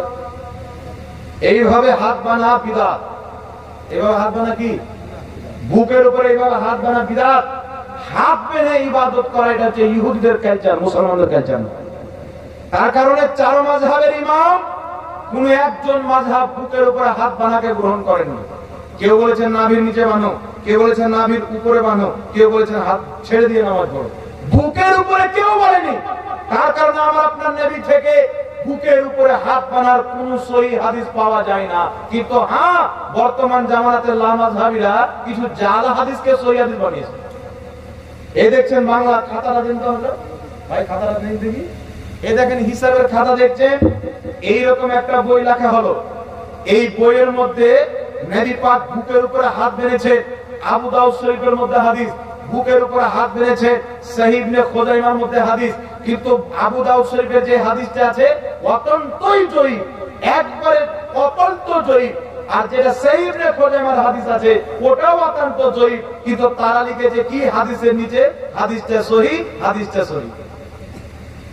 তাহলে আপনার মতো লোককে যখন বইটা দিয়ে দিবে আর আপনি যখন তার কিতাবকে পড়বেন, তাহলে আপনি মনে করবেন কি রে বাপ রে, বুকের উপর হাত বানার সহিহ হাদিস আছে রে।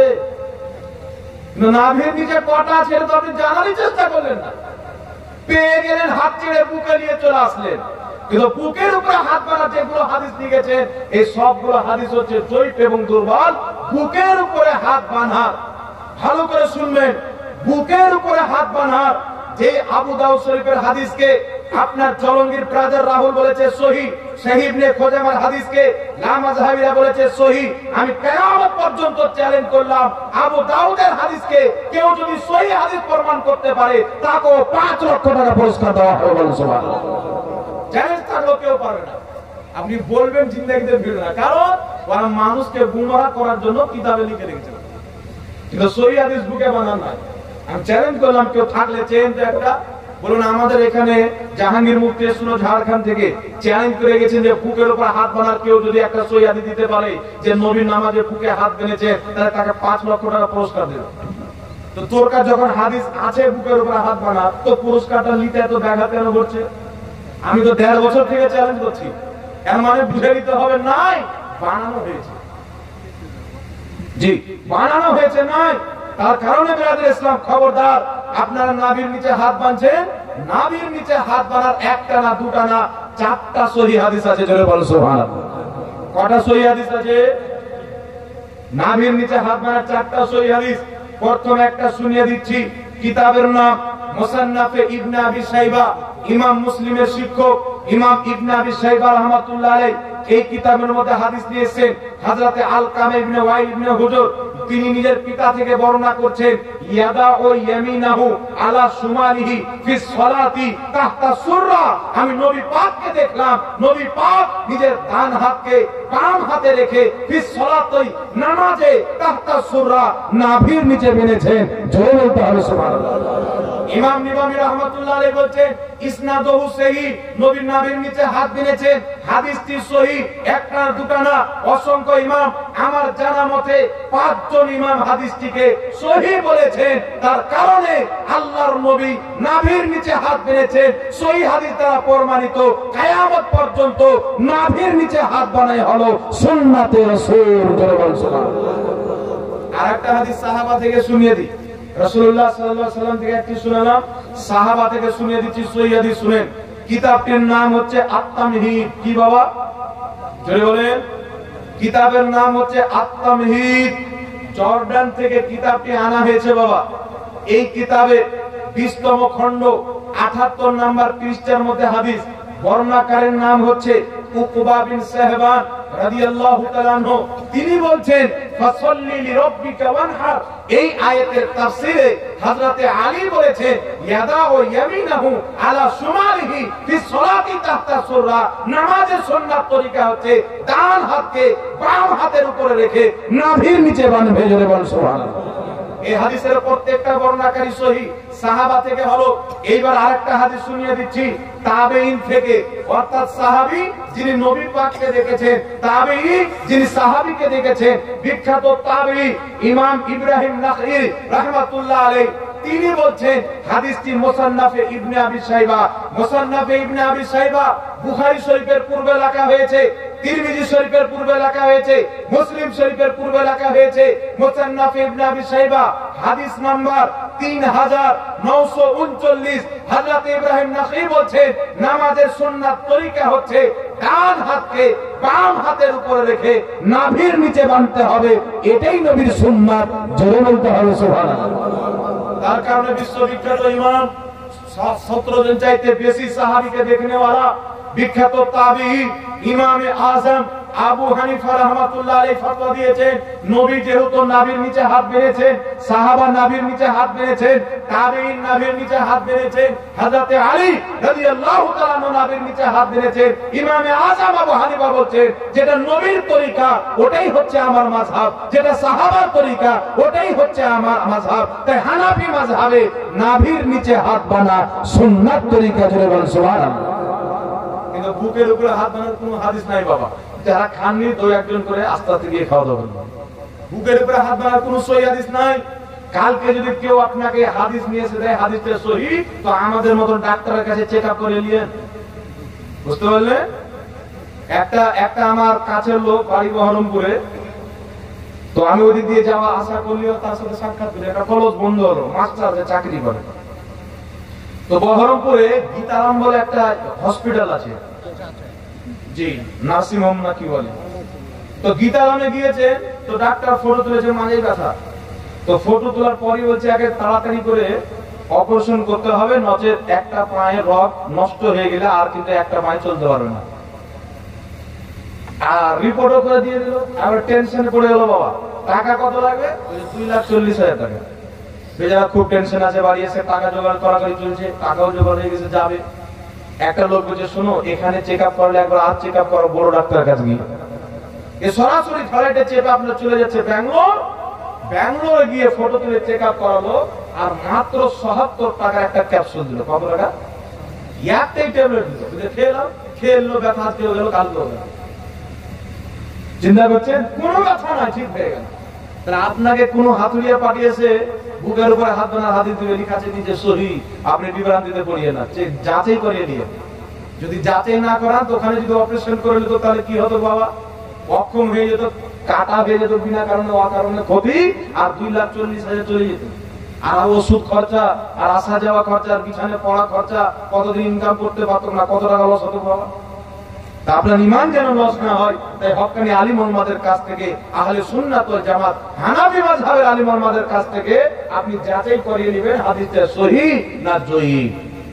আমি বলে দিলাম, কেউ যদি দিতে পারলে বলুন আমি 5 লাখ টাকা দিয়ে দেবো বুকের উপর হাত বাঁধা সহিহ আছে। যাই হোক বিরাদর ইসলাম, এবার চলে আসে হাত বাঁধা হয়ে গেল। হাত বাঁধার পর আমরা যে নামাজ আদায় করি, একটি মাসআলা খুব গুরুত্বপূর্ণ, আপনারা ধ্যান দিয়ে শুনবেন, হালকা মনে করবেন না বাবা, শুনে রাখেন, আপনাদের কাজে দিবে।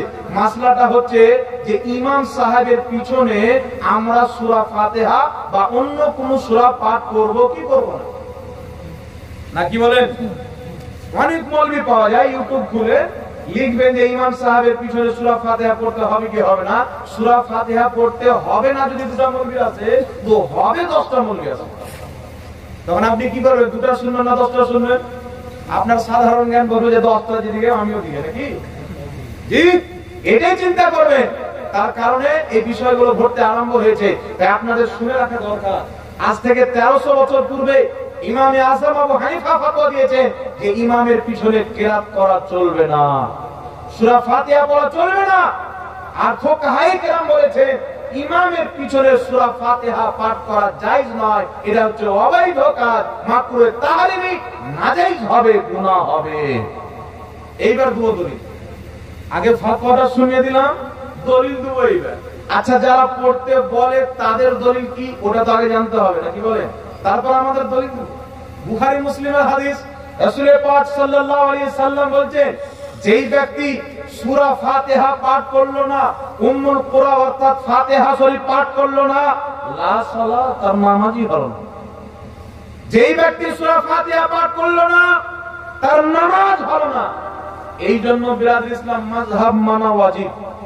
মাযহাব মানা কি জরুরি। এই জন্য মাযহাব মানার প্রতি সমস্ত উম্মতের ইজমা হয়েছে। আল আসবাব ওয়ান নাযাইর কিতাবের মধ্যে লেখা আছে চার মাযহাবের মধ্যে কোন একটি মাযহাব মানা জরুরি। মাযহাব মানার প্রতি ইজমা হয়েছে। তাফসীরে সাবির মধ্যে ইমাম সাবি লিখেছে চার মাযহাবের যারা অন্তর্ভুক্ত তারাই হেদায়েত প্রাপ্ত। যারা কোনো মাযহাবকে মানে না যতই সহিহ হাদিস বলুক তারা পথভ্রষ্ট এবং পথভ্রষ্টকারী। কমসে কম 300 কিতাবের হাওয়ালা আছে। মাযহাব মানা জরুরি, মাযহাব মানার প্রতি ইজমা হয়েছে। কিন্তু বিরাদর ইসলাম কেন জরুরি শুনেন, যদি মাযহাব না মানে বুখারী শরীফ পড়লো, মুসলিম শরীফ পড়লো, যেই ব্যক্তি সূরা ফাতিহা পড়লো না তার নামাজ হলো না। মৌলভী ফতোয়া দিয়ে দিল যে সূরা ফাতিহা পড়া ইমামের পিছনে ফরজ। আর সূরা ফাতিহা ইমামের পিছনে ফরজ মনে করে পাঠ করা তো একেবারে হারাম। ফরজ মনে করে পাঠ করা হারাম। কেন শুনেন, আমি একটি হাদিস শোনাচ্ছি বাবা, বুখারীতে হাদিস, মুসলিমে হাদিস। রাসূল বলেন যে এই ব্যক্তি সূরা ফাতিহা পাঠ করলো না তার নামাজ হলো না। তাহলে স্পষ্ট বোঝা গেল ইমামের পিছনে যদি সূরা ফাতিহা না পাঠ করি তাহলে আমাদের নামাজ হবে না। এই হাদিস থেকে এটাই তো বুঝতে পারলাম না, কি বলেন? এই জন্য বলা হয় যে পুরুষ ইলম হচ্ছে একটি খাজানা আর প্রশ্নতার চাবি। সমুদ্রের কিনারাতে দাঁড়িয়ে এটা ভাবতে হয় না যে সমুদ্র তলা কত। সমুদ্রের কিনারাতে দাঁড়িয়ে আপনি ওজন করতে পারবেন যে সমুদ্র তলা কত? তো বুখারী মুসলিমের হাদিস পেয়ে বেটা ফতোয়া দিয়ে দিল। কিন্তু সর্বপ্রথম শুনেন, আমি আল্লাহর কোরআন থেকে বলছি। আল্লাহ তাবারাক ওয়া তাআলা কোরআন বলছে ওয়াইদা কুরিয়াল কুরআনু ফাসতামিউ লাহু ওয়ানসিতু লাআল্লাকুম তুরহামুন। আল্লাহ বলেন শুনো, কোরআন যখন তিলাওয়াত করা হবে, কিরাত পাঠ করা হবে, চুপচাপ মনোযোগ সহকারে শ্রবণ করো যেন তোমাদের প্রতি রহম করা হয়। এই কোরআন পাকের জগৎ বিখ্যাত তাফসীর, তাফসীরে তাবারীর মধ্যে লেখা আছে যে এই আয়াতটি হচ্ছে নামাজীদের জন্য। ইমাম যখন কিরাত করবে মুক্তাদি চুপচাপ কান লাগিয়ে শুনবে, তবেই তার নামাজে রহমত হবে। বলুন সুবহানাল্লাহ। এবার হাদিস শুনেন, একটা হাদিসকে পড়ে তিনটা হাদিসকে যে লুকিয়ে দেয় ওকে কি বলে বাবা? দাজ্জাল কেন বলা যাবে? একটা চোখ আছে একটা চোখ নাই। জি, তাই একটা হাদিস পড়ে ফতোয়া দিবে না, মাযহাব না মানে এগুলো ভুল হচ্ছে, মানুষ গুমরাহ করছে, এই জন্য হচ্ছে। আমি আরেকটি হাদিস শোনাচ্ছি শুনেন, নাসাই শরীফের মধ্যে হাদিস, আর আপনার নাসাই শরীফের মধ্যে হাদিস, ইবনে মাজাহ শরীফের মধ্যে হাদিস। হাদিসটি কি শুনেন, হাদিসটিকে নাসিরউদ্দিন আলবানী বলছেন হাদিস হাযা হাদিসুন সহিহুন। এই হাদিসটির সনদ হচ্ছে সহিহ। ইমাম নিবামী সহ অনেক ইমামগণ বলেছেন হাদিসটি সহিহ। হাদিসটি কি? রাসূলের পাক বলেছেন ইন্নামা জুইলাল ইমামু লিয়ুতাম্মা বিহি ফাইদা কাব্বারা ফাকাব্বিরু ফাইদা কারা ফানসিতু। রাসূলের পাক বলেছেন ইমাম এই জন্য নিযুক্ত করা হয় যে ইমামের অনুসরণ করতে হবে। রাসূলের পাক বলেছেন ফাইদা কাব্বারা, ইমাম যখন তাকবীর পাঠ করবে, ফাকাব্বিরু, তোমরাও তাকবীর পাঠ করো। ফাইদা কারা, ইমাম যখন কিরাত পাঠ করতে আরম্ভ করবে, ফানসিতু, তখন তোমরা চুপ হয়ে যাও। জোরে বলতে হবে সুবহানাল্লাহ। নবী পাকের একটি হাদিস পেলাম বুখারী মুসলিমে, যে ব্যক্তি সূরা ফাতিহা পড়ল না তার নামাজ হবে না। আবু দাউদ আর আপনার নাসাই শরীফের সহিহ হাদিস, ইবনে মাজাহ শরীফের সহিহ হাদিস পেলাম যে ইমামের পিছনে সূরা ফাতিহা হোক যে কোনো সূরা হোক পড়া যাবে না, চুপচাপ থাকতে হবে। তাহলে এখানে কি বোঝা গেল? কেউ যদি একটা হাদিসে ফতোয়া দেয় আর একটা সহিহ হাদিস না মানে, এ কোনোদিন হাকিকতে আলিম হতে পারে না, কোন মূর্খ জাহিল হতে পারে। কিন্তু এই ফতোয়া ইমামে আযম আবু হানিফা 1300 বছর পূর্বে ক্লিয়ার করে হানাফি মাযহাব রূপে প্রতিষ্ঠিত করে দিয়েছেন যে তুমি যখন একা নামাজ পড়বে তো সূরা ফাতিহা তোমাকে পড়তেই হবে। তখন বুখারীর হাদিসে, মুসলিমের হাদিসে আমল হবে। আর তুমি যখন ইমামের পিছনে পড়বে সূরা ফাতিহা পড়বে না, চুপচাপ থাকবে। আর তোমার এই কাজটা করাতে নাসাইর হাদিসে আমল হয়ে যাবে, ইবনে মাজাহর হাদিসে আমল হয়ে যাবে। জোরে বলেন সুবহানাল্লাহ। তাহলে দুটোই হাদিসে আমল হলো কি হলো না বাবা? আর জোরে বলেন। আমি একা আছি, সূরা ফাতিহা আমাকে পড়তে হবে, না পড়লে নামাজ হবে না। বুখারী মুসলিমের হাদিসে আমল। ইমামের পিছনে সূরা ফাতিহা পড়তে হবে না, চুপচাপ থাকতে হবে। এটা নাসাই ইবনে মাজাহ শরীফের হাদিস আমল হয়ে গেল। দুটোই হাদিস সহিহ। তাহলে একটাকে কেউ যদি বাদ দিয়ে দেয় তাহলে ও সবপন্থী হতে পারে? ওর নামাজ হবে? হবে না। এইবার শুনে আরেকটি কথা এখানে লুকিয়ে আছে, আপনাকে শয়তান সহজে ছেড়ে দেবে না। আরেকটি কথা হচ্ছে যে হুজুর মাগরিবে জানতে পারি ইমাম কিরাত করে, এশাতে জানতে পারি ইমাম কিরাত করে, ফজরে জানতে পারি ইমাম কিরাত করে, কিন্তু বলেন জোহর আসরে তো আমরা জানতেই পারি না, নাকি বলেন? তাহলে কমপক্ষে জোহর আসর তো সূরা ফাতিহা পড়বো। প্রশ্নটা তো খারাপ না, নাকি বলেন? কিন্তু প্রশ্ন করে উত্তর চলে আসার পর না মানাটা হচ্ছে প্রতিকার। আপনি একটা প্রশ্ন করলেন, সুন্দর হাদিস থেকে উত্তর দেওয়া হলো, তারপরও আপনি মানবেন না, এর মানে আপনার মোহর লেগেছে। খাতামাল্লাহু আলা কুলুবিহিম ওয়া আলা সামঈহিম ওয়া আলা আবসারিহিম গিশাওয়াতুন ওয়া লাহুম আযাবুন আযীম। ওর অন্তরে পর্দা, কানে পর্দা, চোখে পর্দা, হক দেখতে পাবে না, বুঝতে পারবে না, শুনলেও বিশ্বাস করতে পারবে না, অন্তরই বুঝবে না। শুনেন, এর জবাব দেব আমি হাদিস থেকে। হাদিসটি তিরমিজি শরীফের, যে হাদিসকে নাসিরউদ্দিন আলবানী সহিহ বলেছে, তারপরে যে হাদিসকে ইমাম তিরমিজি বলছেন হাদা হাদিসুন হাসানুন সহিহুন, এই হাদিসের সনদ হচ্ছে হাসান সহিহ। হাদিসটি কি?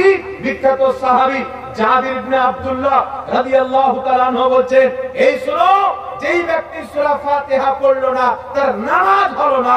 হযরতে জাবির ইবনে আব্দুল্লাহ বলছেন যে সূরা ফাতিহা পড়লো না তার নামাজ হলো না, ইল্লা আইয়াকুনা ওয়ারাল ইমাম, কিন্তু ইমামের পিছনে থাকলে পড়তে হবে না। সুবহানাল্লাহ। যে ব্যক্তি সূরা ফাতিহা পড়বে না তার নামাজ হবে না, সাহাবা ফয়সালা করে দিলেন, কিন্তু ইমামের পিছনে পড়তে হবে না। তাহলে আসরের নামাজ ইমামের পিছনে থাকে না আগে থাকে? জি, তাহলে ওই লোককে বলতে হবে জোহর আগে থাকে না পিছে, আসরের নামাজে ইমামের পিছে, মাগরিবের নামাজে ইমামের পিছে, ফজরের নামাজে ইমামের পিছে, পাঁচ ওয়াক্তের নামাজে ইমামের পিছে, জানাজার নামাজে ইমামের পিছে, ঈদের নামাজে ইমামের পিছে। তো না ঈদের নামাজে না পাঁচ ওয়াক্তের নামাজে, কোন নামাজে ইমামের পিছনে কোন কেরাত করা চলবে না। জোরে বলুন সুবহানাল্লাহ। আর একটু জোরে হবে না সুবহানাল্লাহ? তাহলে মাসলাটা ক্লিয়ার হলো বাবা, বুঝতে পারলেন? দলিল পেয়েছেন তো? তো হঠাৎ করে কেউ আপনার কাছে নতুন মাসলা নিয়ে চলে আসবে, আপনি বলবেন এতদিন তাহলে বাপদাদা সব জাহান্নাম চলে গেল, আজকে জান্নাতের টিকিট নিয়ে চলে আসলে।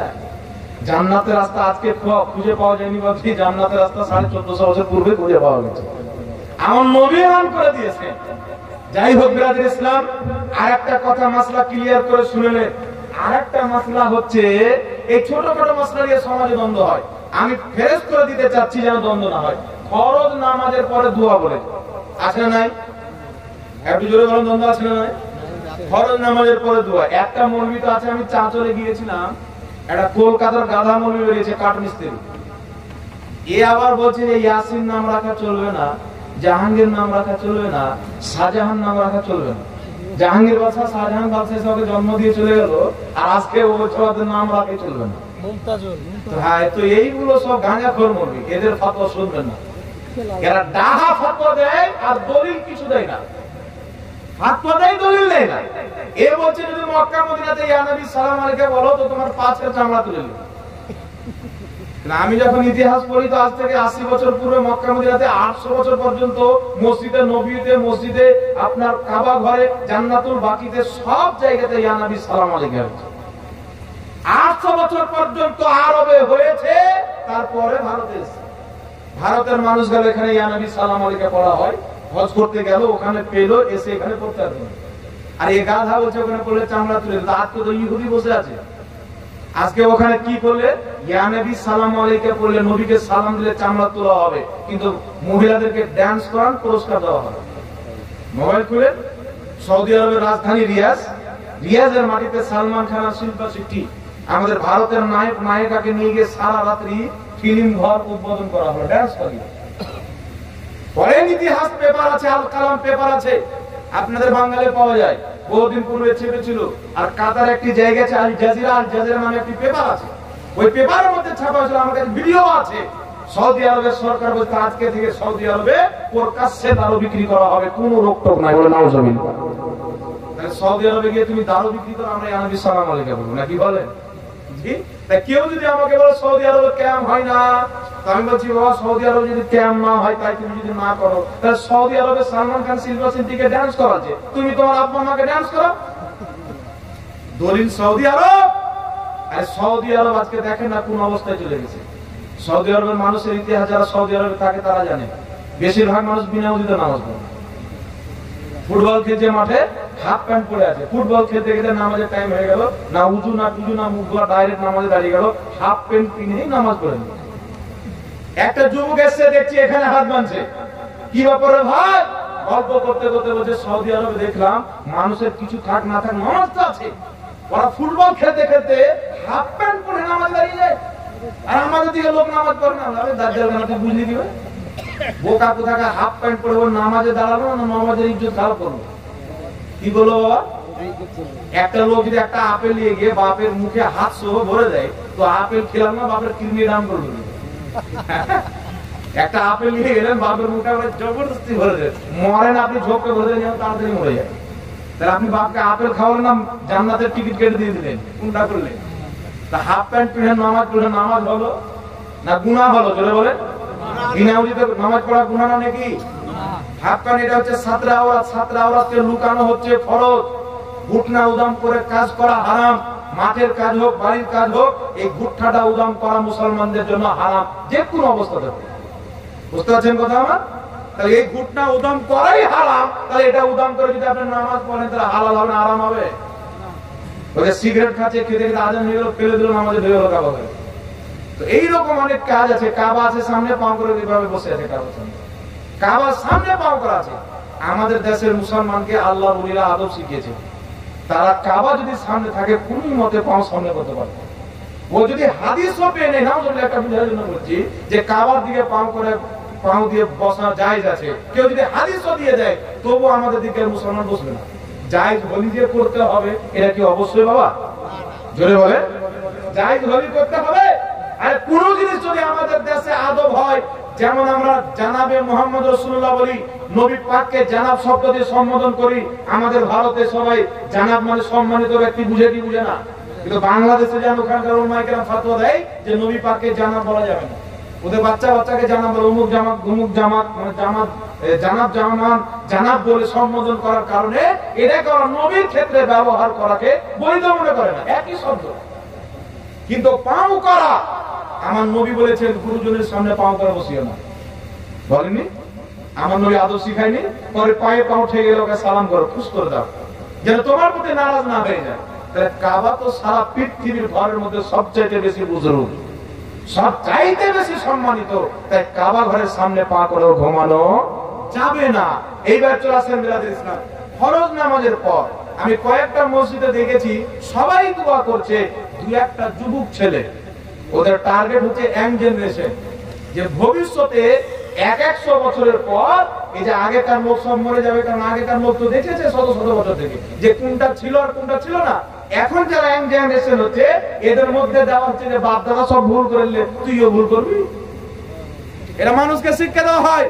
আর কিছু লোক মনে করে কি যে আমরা এগুলো করেছিলাম আমাদের দলিল নয় রে, বড্ড চিন্তাতে পড়ে যায়, আর পড়ার পরে নিজের ধর্ম চেঞ্জ করে 72 জাহান্নামী ফিরকাতে চলে যায়। তাই বিরাদুল ইসলাম খবরদার, আপনাকে আগে যাচাই করতে হবে। গ্রামের ইমাম সাহেব আছেন, হয়তো দুর্বল আলিম হতে পারে, সব আলিম সব জিনিসের জ্ঞান রাখে না, পারছেন না, ভালো মুফতির সঙ্গে যোগাযোগ করেন, আপনার মসলা অবশ্যই হল হবে। আপনার জানার বিষয় আছে আপনি জানতে পারেন, কিন্তু কোন পথ ভ্রষ্ট মৌলবীর ফতোয়া শুনে না দোয়া বন্ধ করা যাবে, না সালাম বন্ধ করা যাবে, না ফাতিহা বন্ধ করা যাবে, না মিলাদ বন্ধ করা যাবে, না আপনার ইমামের পিছনে সূরা ফাতিহা চালু করা যাবে, না নাভির নিচে হাত ধরা বন্ধ করা যাবে, যেটা 1300 বছর থেকে চলছে, কিয়ামত পর্যন্ত চালাতে হবে। যেমন সুবহানাল্লাহ।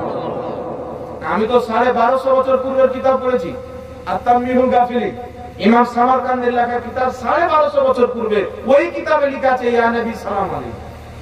তাহলে আপনি চিন্তা করেন তো 1250 বছর পূর্বে মুসলমান ছিল না, ওনারা শরীয়ত বুঝতেন না, এগুলো কিছু না বাবা। এই ছোট ছোট বিষয় নিয়ে দ্বন্দ্ব তৈরি হয়।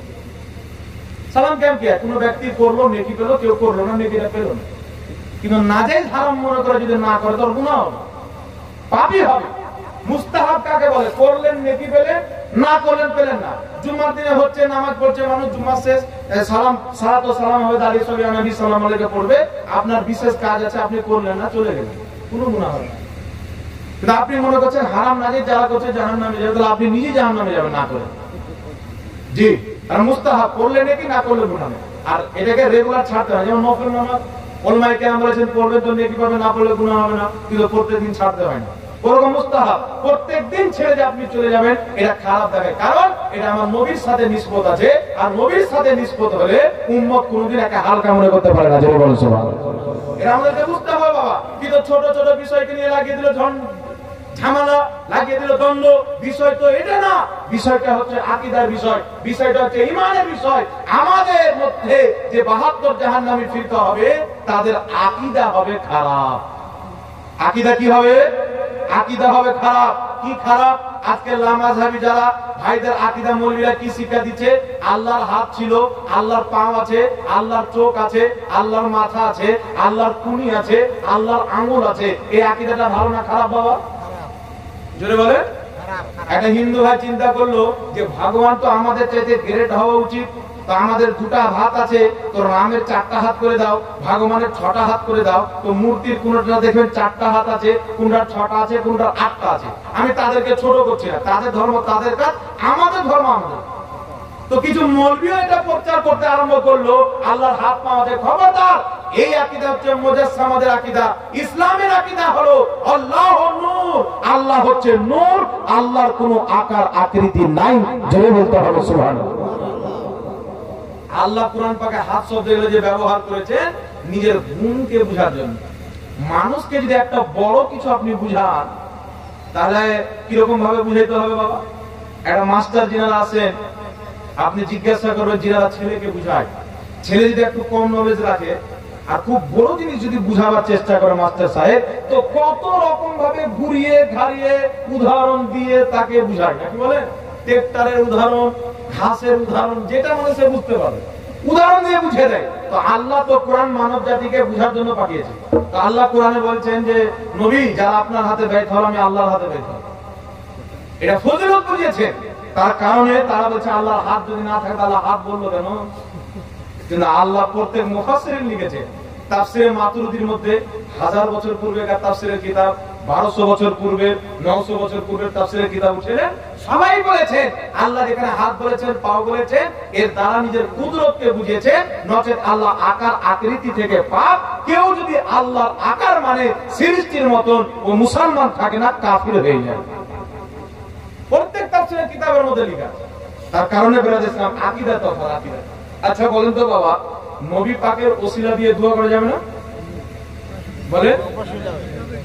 এখন মৌলবী ফতোয়া দেয় না, মৌলবী ফতোয়া দেয় না যে নবীর ওসিলা দিয়ে দোয়া করা শিরক। হজ করতে যাবেন, জান্নাতুল বাকি কবরস্থান নাম শুনেছেন বাবা? কম করে মদিনার কবরস্থান 10,000 সাহাবার কবর রয়েছে সেখানে, কম বেশি। ওই জান্নাতুল বাকির কবরস্থানে বোর্ড চিপকা আছে যে মদিনায় এসেছো, মদিনা এখানে নবীর কবর আছে, নবীর ওসিলা দিয়ে দোয়া করিও না। ওখানে লিখে রেখেছে নবীর বা ওলির অর্থাৎ নবীর ওসিলা বা সাহাবার ওসিলা দিয়ে দোয়া করা হচ্ছে শিরকে আকবার। মানে কেউ যদি মূর্তি পূজা করে এটাও শিরক, কেউ নবীর ওসিলা দিয়ে দোয়া করে এটাও শিরক। মূর্তি পূজা করার চাইতে নবীর ওসিলা দেওয়াটা বড় শিরক। বলে নাউজুবিল্লাহ। নাউজুবিল্লাহ বলবেন না? শুধু তাই নয়, এই লামাযহাবীদের সর্বপ্রথম কিতাব কিতাবুত তাওহীদ, মুহাম্মদ বিন আব্দুল ওয়াহাব নজদি, যার থেকে ওয়াহাবী মতবাদের জন্ম, নিজের কিতাব কিতাবুত তাওহীদের মধ্যে পৃষ্ঠা নাম্বার 66 মধ্যে এবং 67 মধ্যে 2 পৃষ্ঠা মিলে মসলাটা আছে। এখানে লিখতেছে যে আদম আলাইহিস সালাতু ওয়াস সালাম শিরক করেছে। নাউজুবিল্লাহ বলবেন না? আদম আলাইহিস সালাতু ওয়াস সালাম শিরক করেছে। তাহলে যার দলের গুরু নবীগণের উপরে শিরকের ফতোয়া দেয়, আমাকে আপনাকে ছাড়বে বাবা? জোরে বলে, আমাকে আপনাকে ছাড়বে? জি। আপনার বাপকে যদি কেউ সম্মান না দেয় আপনাকে দিবে না? কি বলেন? আপনাকে সম্মান দিবে বাবা? আমি চিন্তা করলাম যে অমুক দেশের লোক মুশরিক, আমাদের নবীকে সম্মান দেয় না, তো আমাকে দিবে? তাহলে এটা আমার ধারণা করা ভুল না? যে নবীর উপরে শিরকের ফতোয়া লাগিয়ে রেখেছে, তো প্রশ্ন তো হবে, সামনে হবে তো, যে নবীকে কোন ব্যক্তি যদি বলে নবী শিরক করেছে, আর আল্লাহ বলছেন শিরক হচ্ছে সর্বশ্রেষ্ঠ গুনাহ, সবচাইতে সবচেয়ে বড় গুনাহ, সব গুনার ক্ষমা আছে, শিরকের কোনো ক্ষমা নাই। তাহলে কি বোঝা গেল? আদম নবী শিরক করেছেন, মানে আদম নবী গুনাহ করেছেন। আর শরীয়ত বলছে আল আম্বিয়াউ মাসুমুন, প্রত্যেক নবী মাসুম। কেউ যদি কোন নবীকে গুনাহগার মনে করে, ওই ব্যক্তি কাফির এবং মুরতাদ হয়ে যায়, ওয়াজিবুল কাতাল হয়ে যায়। বলেন সুবহানাল্লাহ। কোন ব্যক্তি যদি বলে নবী গুনাহ করেছেন, যে কোন নবী হোক, কারণ প্রত্যেক নবী মাসুম। কেউ যদি বলে নবী গুনাহ করেছেন, তাহলে ইসলামের দৃষ্টিতে নবীর তাওহীদ করার কারণে মান সাব্বা নবিয়ান ফাকতুলু, ইসলামিক রাষ্ট্র যদি থাকে ওর গর্দান উড়িয়ে দিতে হবে, উড়িয়ে। যতই তওবা করো, বলে দিয়েছে উড়িয়ে দেবে। তার কারণে বিরাদর ইসলাম, নিজের ঈমানকে চিনতে হবে, পথভ্রষ্টদেরকে বুঝতে হবে। তো ফরজ নামাজের পরে সম্মিলিত দোয়া বা হাত তুলে দোয়া, এটা বিষয় ছিল না, কি বলেন? এটাই ছিল না? এটা আপনাদের সামনে বলবো, একবার দুরূদ শরীফ পাঠ করেন। আল্লাহুম্মা সাল্লি আলা সাইয়্যিদিনা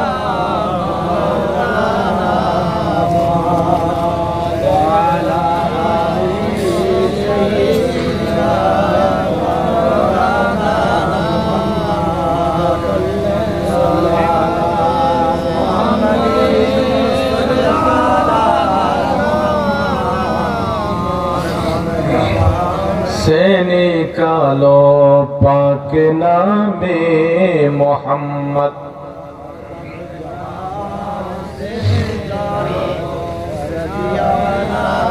দেখেন বিরাদর ইসলাম, মাসলাটা বুঝার আগে একটা উদাহরণ বুঝেন। আমি কুচবিহার ছিলেন তো আপনারা, কুচবিহারের মাটিতে একটা জালসা করতে গিয়েছিলাম কোনদিন। তো জালসাটা ছিল নবী দিবস উপলক্ষে। আপনাদের দিকে হয় নবী দিবস উপলক্ষে কিছু হয়? হ্যাঁ, মুসলমান আছেন, আর যেই দিন নবী এসেছেন ওই দিন একটু আনন্দ হবে, এটা হতেই পারে। তো নবী দিবসের জালসাতে গেলাম, তো ওখানে দু একজন লোক আমাকে ধরে বললেন যে নবী দিবসে জালসা করা বিদআত। কেন? বলছে নবী দিবস উপলক্ষে জালসা, মিলাদুন নবীর জালসা, এটা নবী পাক করেননি, সাহাবী করেননি। আমি বললাম আপনি যে কায়দা দিয়ে আমাকে বিদাতি প্রমাণ করতে চান, আপনি তো আগে বিদাতি হয়ে গেছেন। বলছে কেন? আমি বললাম যে আপনাদের মাদ্রাসার উন্নতি করবে জালসা হয়? হ্যাঁ, প্রত্যেক বছর হয়। আগে নবী করেছিলেন, সাহাবী করেছিলেন, একটা হাদিস দেন দেখি। চুপ। মিলাদুন নবী জালসাতে কি হয় বাবা? গান বাজনা হয়।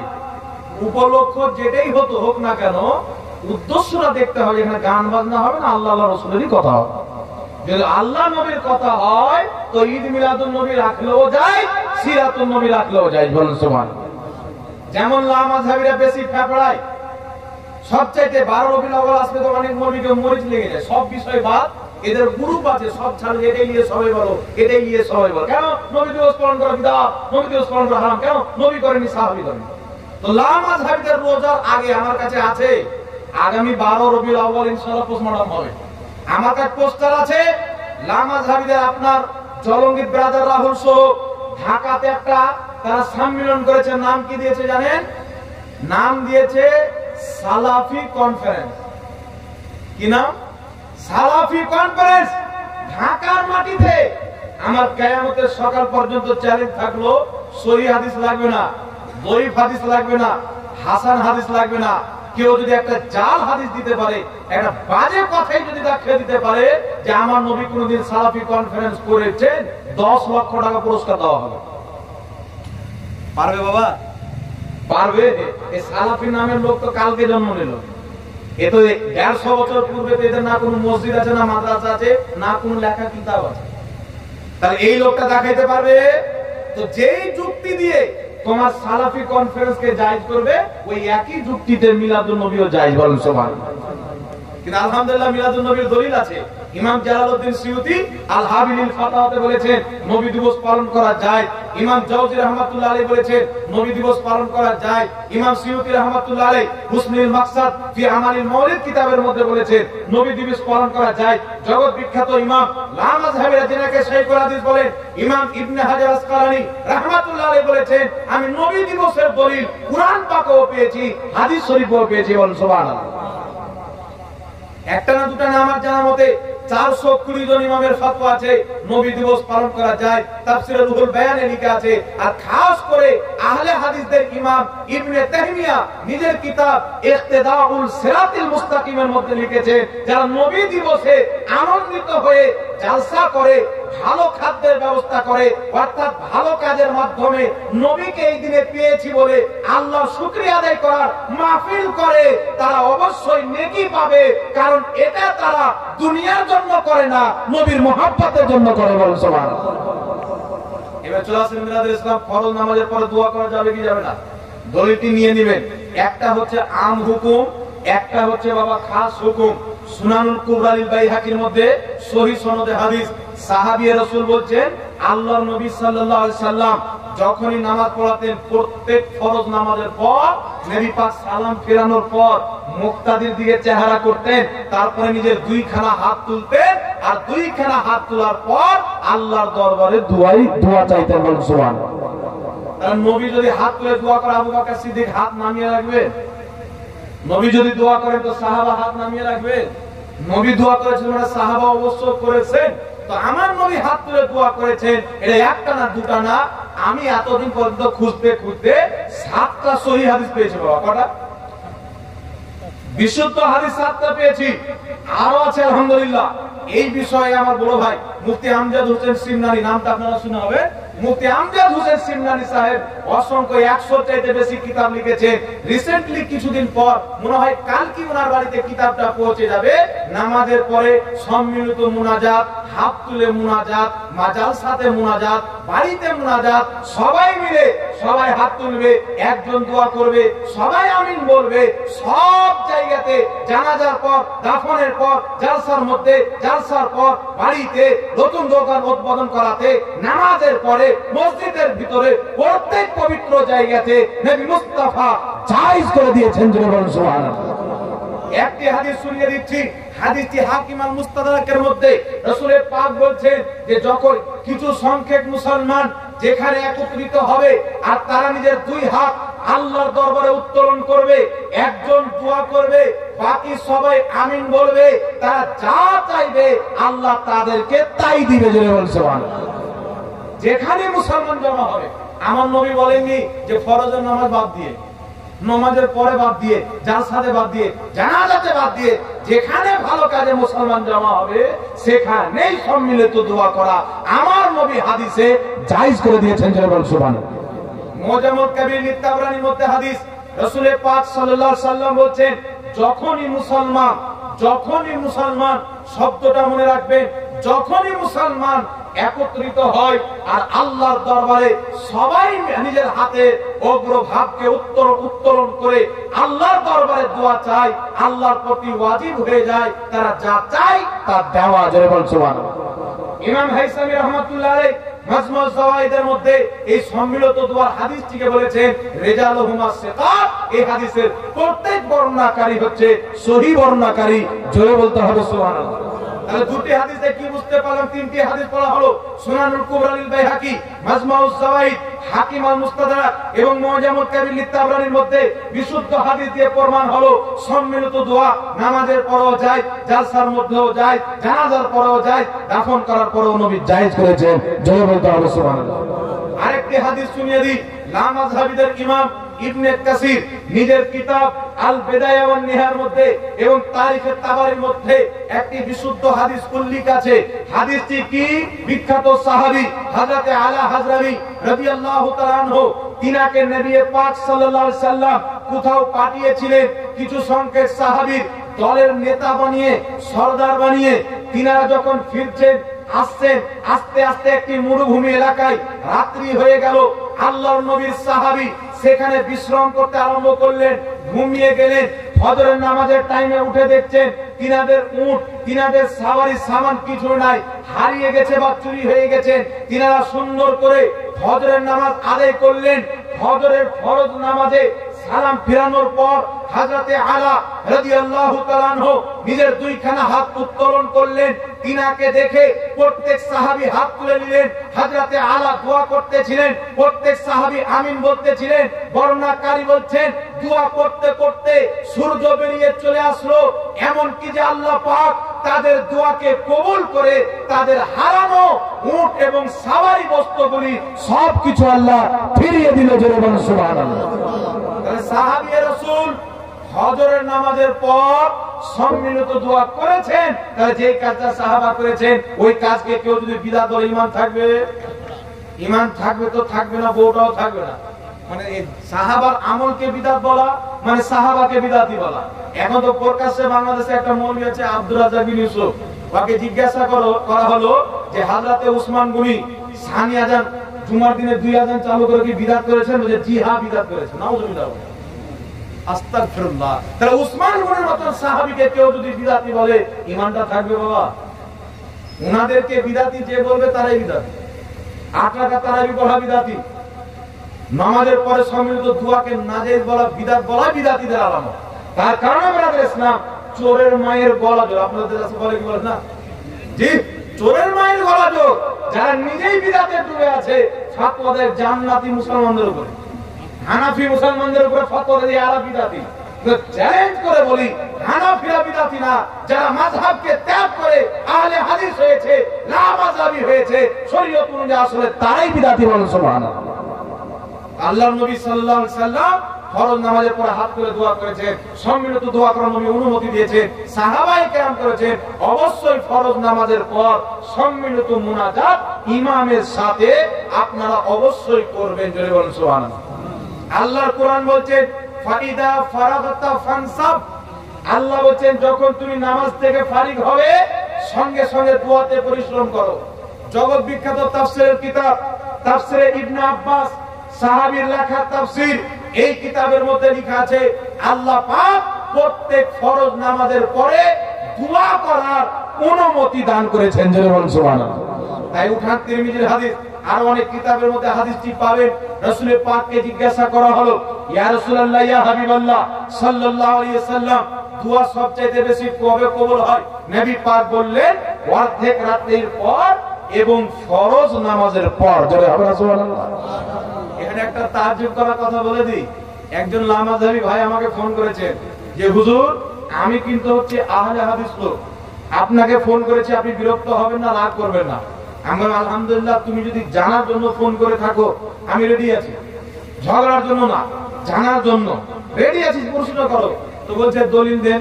আমি এই হাদিস দলিল দিলাম যে ফজরের ফরজ নামাজ আদায় করার পর হযরতে আলা হাজরামি সম্মিলিতভাবে সাহাবাকে নিয়ে দোয়া করেছে। আপনাদেরই গুরুর কিতাবে হাদিসটি আছে। তখন ও চিন্তা ভাবনা করতে করতে মোটামুটি 10-12 সেকেন্ড চুপ হয়ে গেল। তারপরে বলছে হুজুর এটা আছে হাদিসটা যে ফজরের ফরজ নামাজ আদায় করার পর সাহাবায়ে কেরাম 2 রাকাত নফল নামাজ আদায় করার পর দোয়া করেছিল। নাউযুবিল্লাহ বলুন না। আচ্ছা বলে তো ফজর নামাজের পরে নফল নামাজ আছে বাবা? নাই। আছে, কিন্তু বেচারা মানবে না। খাতামাল্লাহু আলা কুলুবিহি, মানার বক্তব্যটাই আল্লাহ শেষ করে দিয়েছেন পর্দা লাগিয়ে। তারা মানবে? কর্তব্য ছিল কি সাহাবার আমল যেখানে পেয়ে নিল মাথা ঝুঁকিয়ে মেনে নিত। আমার যদি কোনো ত্রুটি থাকে, রাসূলুল্লাহর হাদিস যদি সামনে চলে আসে, সাহাবার আমল যদি সামনে চলে আসে, আল্লাহর কসম খেয়ে বলি আমার আপন জন্মদাতার বাপের ফতোয়া যদি একদিকে থাকে, সাহাবার আমল একদিকে থাকে, খোদার কসম খেয়ে বলি বাপকে তালাক দেব, সাহাবাটা নেব। কারণ আমার নবী বলেছেন মান আলাইহি ওয়া আসহাবি, আমার সাহাবার তরিকাতে নাও তবেই তুমি জান্নাতি হবে। বলেন সুবহানাল্লাহ। বাপের তরিকা না। তাই সাহাবায়ে কেরামের তরিকা বাবা যুগ যুগ থেকে চলে আসছে।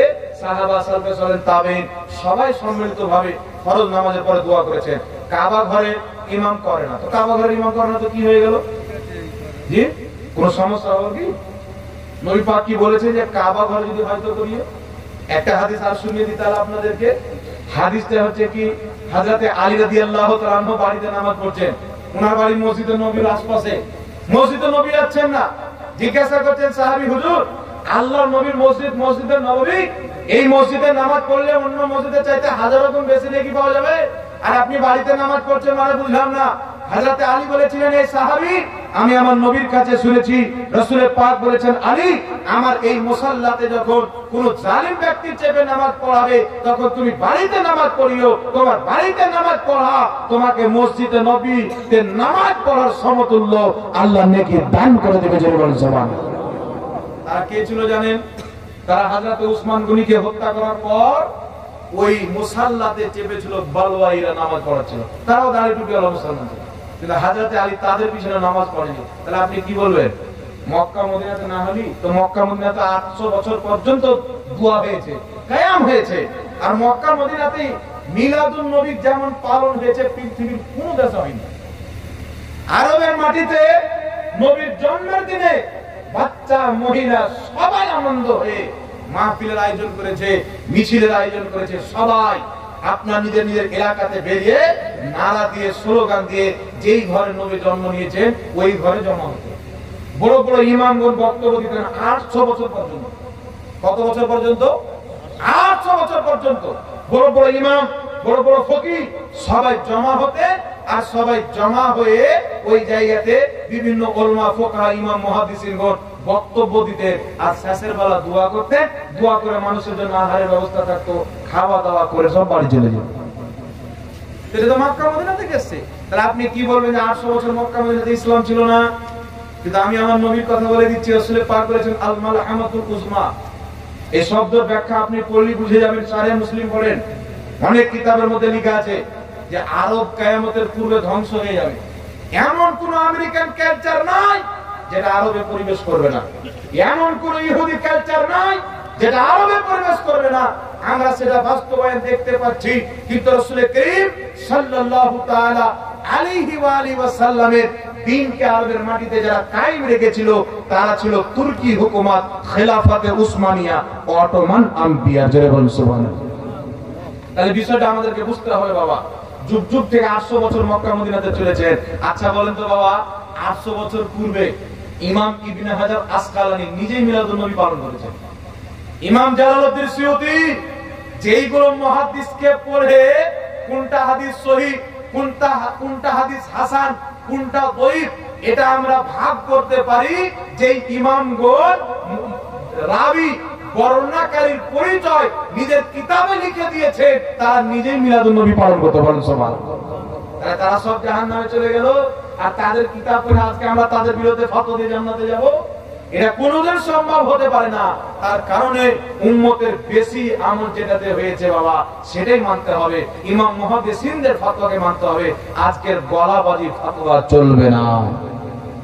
আল্লাহ আপনাদের সকলকে বুঝার তৌফিক দান করুন।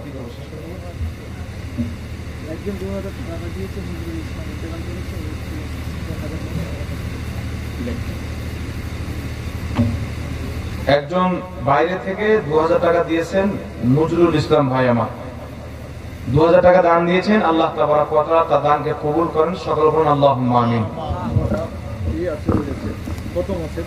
প্রথম আছে। আচ্ছা আপনাদের আর যদি কিছু দেওয়া থাকে চর্চা করে দিয়ে দেন, সব শেষ করে। জি অবশ্যই। তো একটা আমি মাসআলা বলে দিয়ে আমি বক্তব্য শেষ করব। আপনাদের যদি কিছু দেওয়ার থাকে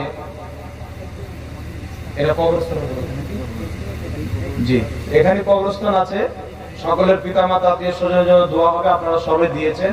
আরো যদি আপনারা কেউ দিতে চান 10 টাকা, 5 টাকা, 100, 500 যে যা পারেন, মুক্ত হস্তে যদি ইচ্ছা থাকে আপনারা অবশ্যই যাদের দেওয়ার আছে দিয়ে দেন। দোয়া রাখেন সবাই, হ্যাঁ দোয়াতে আপনারা শামিল হয়ে যান। আচ্ছা মা বোনেরা বেশি দূরে আছে নাকি? কমিটির লোক একটু জান না গামছা নিয়ে নামাজ হয়ে যাবে, কিন্তু আদবের খেলাফ হবে।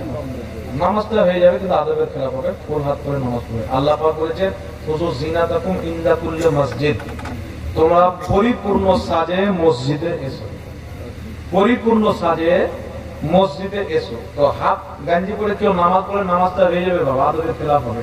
তাই ফুল হাতে জামা পরে নামাজ পড়বেন, পরিপূর্ণ নামাজ হবে, পরিপূর্ণ নেকি পাবেন। আর খালি মাথায় নামাজ অনেক কেউ পড়ে, খালি মাথায় নামাজ পড়বেন না।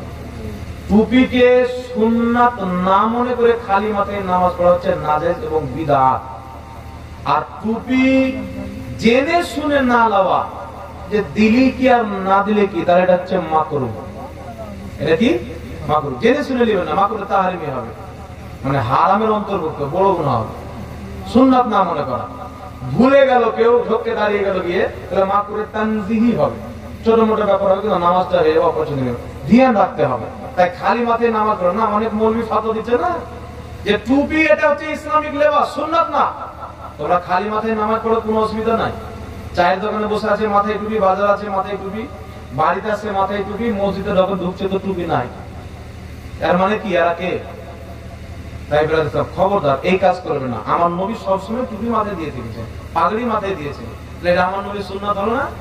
আমার নবী পোশাকের সুন্নাত তরিকা আমাদেরকে দেয়নি? অবশ্যই নবীর সুন্নাত। নামাজের মধ্যে যদি আপনি নবীর সুন্নাতকে জবাই করে ফেলে দেন, তাহলে আপনার চাইতে দুর্ভাগ্য আর কার হতে পারে? তার কারণে মাথায় টুপি দিয়ে নামাজ পড়বেন। একজন মুসলমানের টুপি যদি মাথায় না থাকে, পাঞ্জাবি আছে, জুব্বা আছে, টুপি নেই, আমি তো এখন পাগড়িটা খুলে নিই, তাহলে পরিপূর্ণ সাজ হবে বাবা? পরিপূর্ণ সাজ হবে না। আল্লাহ বলেছেন খুযু যিনাতাকুম ইনদা কুল্লি মসজিদ, তোমরা পরিপূর্ণ সাজে মসজিদে এসো। তাই ইমাম শাফি বলেছেন খালি মাথায় নামাজ পড়া নাজায়েজ, ইমাম মালিক বলেছেন খালি মাথায় নামাজ পড়া বিদআত। তার কারণে আমাদের কর্তব্য আমরা যেন টুপি মাথায় দিয়ে নামাজ পড়ি। কাশফুল গুম্মা কিতাবের প্রথম খণ্ড 85 নম্বর পৃষ্ঠার মধ্যে আছে, নবী পাক সাল্লাল্লাহু আলাইহি সাল্লাম বলেছেন যে তোমরা খালি মাথায় নামাজ পড়িও না, টুপি অথবা পাগড়ি পরে নামাজ পড়তে আমাদের নবী আদেশ দিয়েছেন। তাই নবীর আদেশ মানবো কি মানবো না ভাই? জোরে বলেন। নবী বলেছেন তোমরা টুপি অথবা পাগড়ি মাথায় দিয়ে নামাজ পড়ো, তাহলে নবী পাকের আদেশ মানতে হবে। মৌলবি যদি বলে টুপি না হলেও চলবে, তার কথা মানা যাবে না। আল্লাহ বুঝার তৌফিক দান করুন। যাই হোক ব্রাদার ইসলাম, আমি আয়াতে কারিমা তেলাওয়াত করেছিলাম, ইন্না দীনা ইনদাল্লাহিল ইসলাম, নিশ্চয় আল্লাহর নিকটে একমাত্র ধর্ম হচ্ছে ইসলাম। ইসলাম মানে শান্তি। এই ইসলামকে আঁকড়ে ধরে রাখবেন, আর আহলে সুন্নাত ওয়াল জামাত, হানাফি সুন্নি জামাতে আপনারা কায়েম থাকবেন। এটা আদবওয়ালা জামাত, আকীদাওয়ালা জামাত। এদের আকীদা হচ্ছে রাসূলুল্লাহর আকীদার মতো, সাহাবার আকীদার মতো। তাই অনেক বিভ্রান্তি চলছে, চলবে। কিয়ামতের পূর্বে রাসূল বলেছেন আগুন ধরা সহজ হবে, ঈমান বাঁচানো সহজ হবে না। মানে বেশি বুঝার চেষ্টা করতে যাচ্ছে মানুষ। নিজের মৌলবি সাহেব বসে আছে, কিছু জিজ্ঞাসা করে না, আর বাড়িতে গিয়ে গুগল খুলছে। একটা গ্রামে মৌলবি সাহেব, ইমাম সাহেব আছে, ফতোয়া দিচ্ছে যে নামাজে বসে আছেন তো এইভাবে বসতে হবে, এইভাবে দাঁড়াতে হবে। ও বলছে না, পায়ে পা চাপে দাঁড়াতে হবে। মৌলবি সাহেব হাদিস দেখিয়ে দিল যে নবী বলেছেন পায়ে পা মিলিয়ে কাতার সোজা করে দাঁড়াও, চাপিয়ে না। মিলা আলাদা, চাপা আলাদা। হ্যাঁ, এটা নবী বলেছেন ঘাড়ে ঘাড় সাটিয়ে, কান হাতে কান সাটিয়ে নামাজ। পায়ে পা সাটা যাবে না। হ্যাঁ, পায়ে পায়ে সমতুল্য রাখতে হবে, আর এতটুকু সাটাইতে হবে যেন কাতারটা আমাদের সোজা হয়ে যায়। বুঝতে পেরেছেন কথাটা? চাপাইতে হবে না বাবা। মানুষের পায়ে পা চাপাটা বেয়াদবি, যেমন নামাজের বাইরে বেয়াদবি, নামাজের ভিতরে বেয়াদবি। কাউকে যদি নামাজের বাইরে সম্বন্ধী বলে গালি দেন, নামাজের ভিতরে দেন, তো বাইরে যায়, ভিতরে গিয়ে নাজেজ হয়ে যাবে, কি বলেন? যেটা নাজেজ সব জায়গাতে নাজেজ নাকি? তো আপনি যদি একটা বড় মানুষ আছে, পায়ে পা চাপিয়ে দেন, বেয়াদবি হবে কি হবে না? আমার নবী কেন বলেন পায়ে পা থেকে গেলে সালাম দিল, চাপিয়ে গেলে তো 3 বার সালাম লাগবে না, কি বলেন? তার কারণে নামাজের মধ্যে পায়ে পা চাপানো, হ্যাঁ, পায়ে পা মিলিয়ে সাঁটিয়ে দাঁড়াবেন, ঘাড়ে ঘাড় মিলিয়ে দাঁড়াবেন, মাঝখানে ফাঁকা রাখবে না। তার কারণে আর বাচ্চা গিয়ে কি গুগল দেখছি, মানে গুগল মৌলবি যেটা বলবে ওটা খুব পছন্দ হয়ে যাবে। তাই খবরদার ব্রাদার ইসলাম, গুগল তো আপনার ঈমান চুরি করার জন্য দাঁড়িয়ে। গুগলে দেখলেও নিজের মৌলবি দেখবে আহলে সুন্নাত ওয়াল জামাতের। আল্লাহ সকলকে বুঝার তৌফিক দান করুক। ইসলাম হচ্ছে সচ্চা মাযহাব। সকলের নামাজ কায়েম করবেন, রোজা রাখবেন, সামর্থ্য থাকলে হজ করবেন, যাকাত দিবেন, বেশি করে আল্লাহর ইবাদত করবেন। আমাদের ইনশাআল্লাহ আল্লাহ নাজাত দান করবেন, আল্লাহুম্মা আমিন। এখান থেকে আমি নিজের বক্তব্য ইতি করলাম।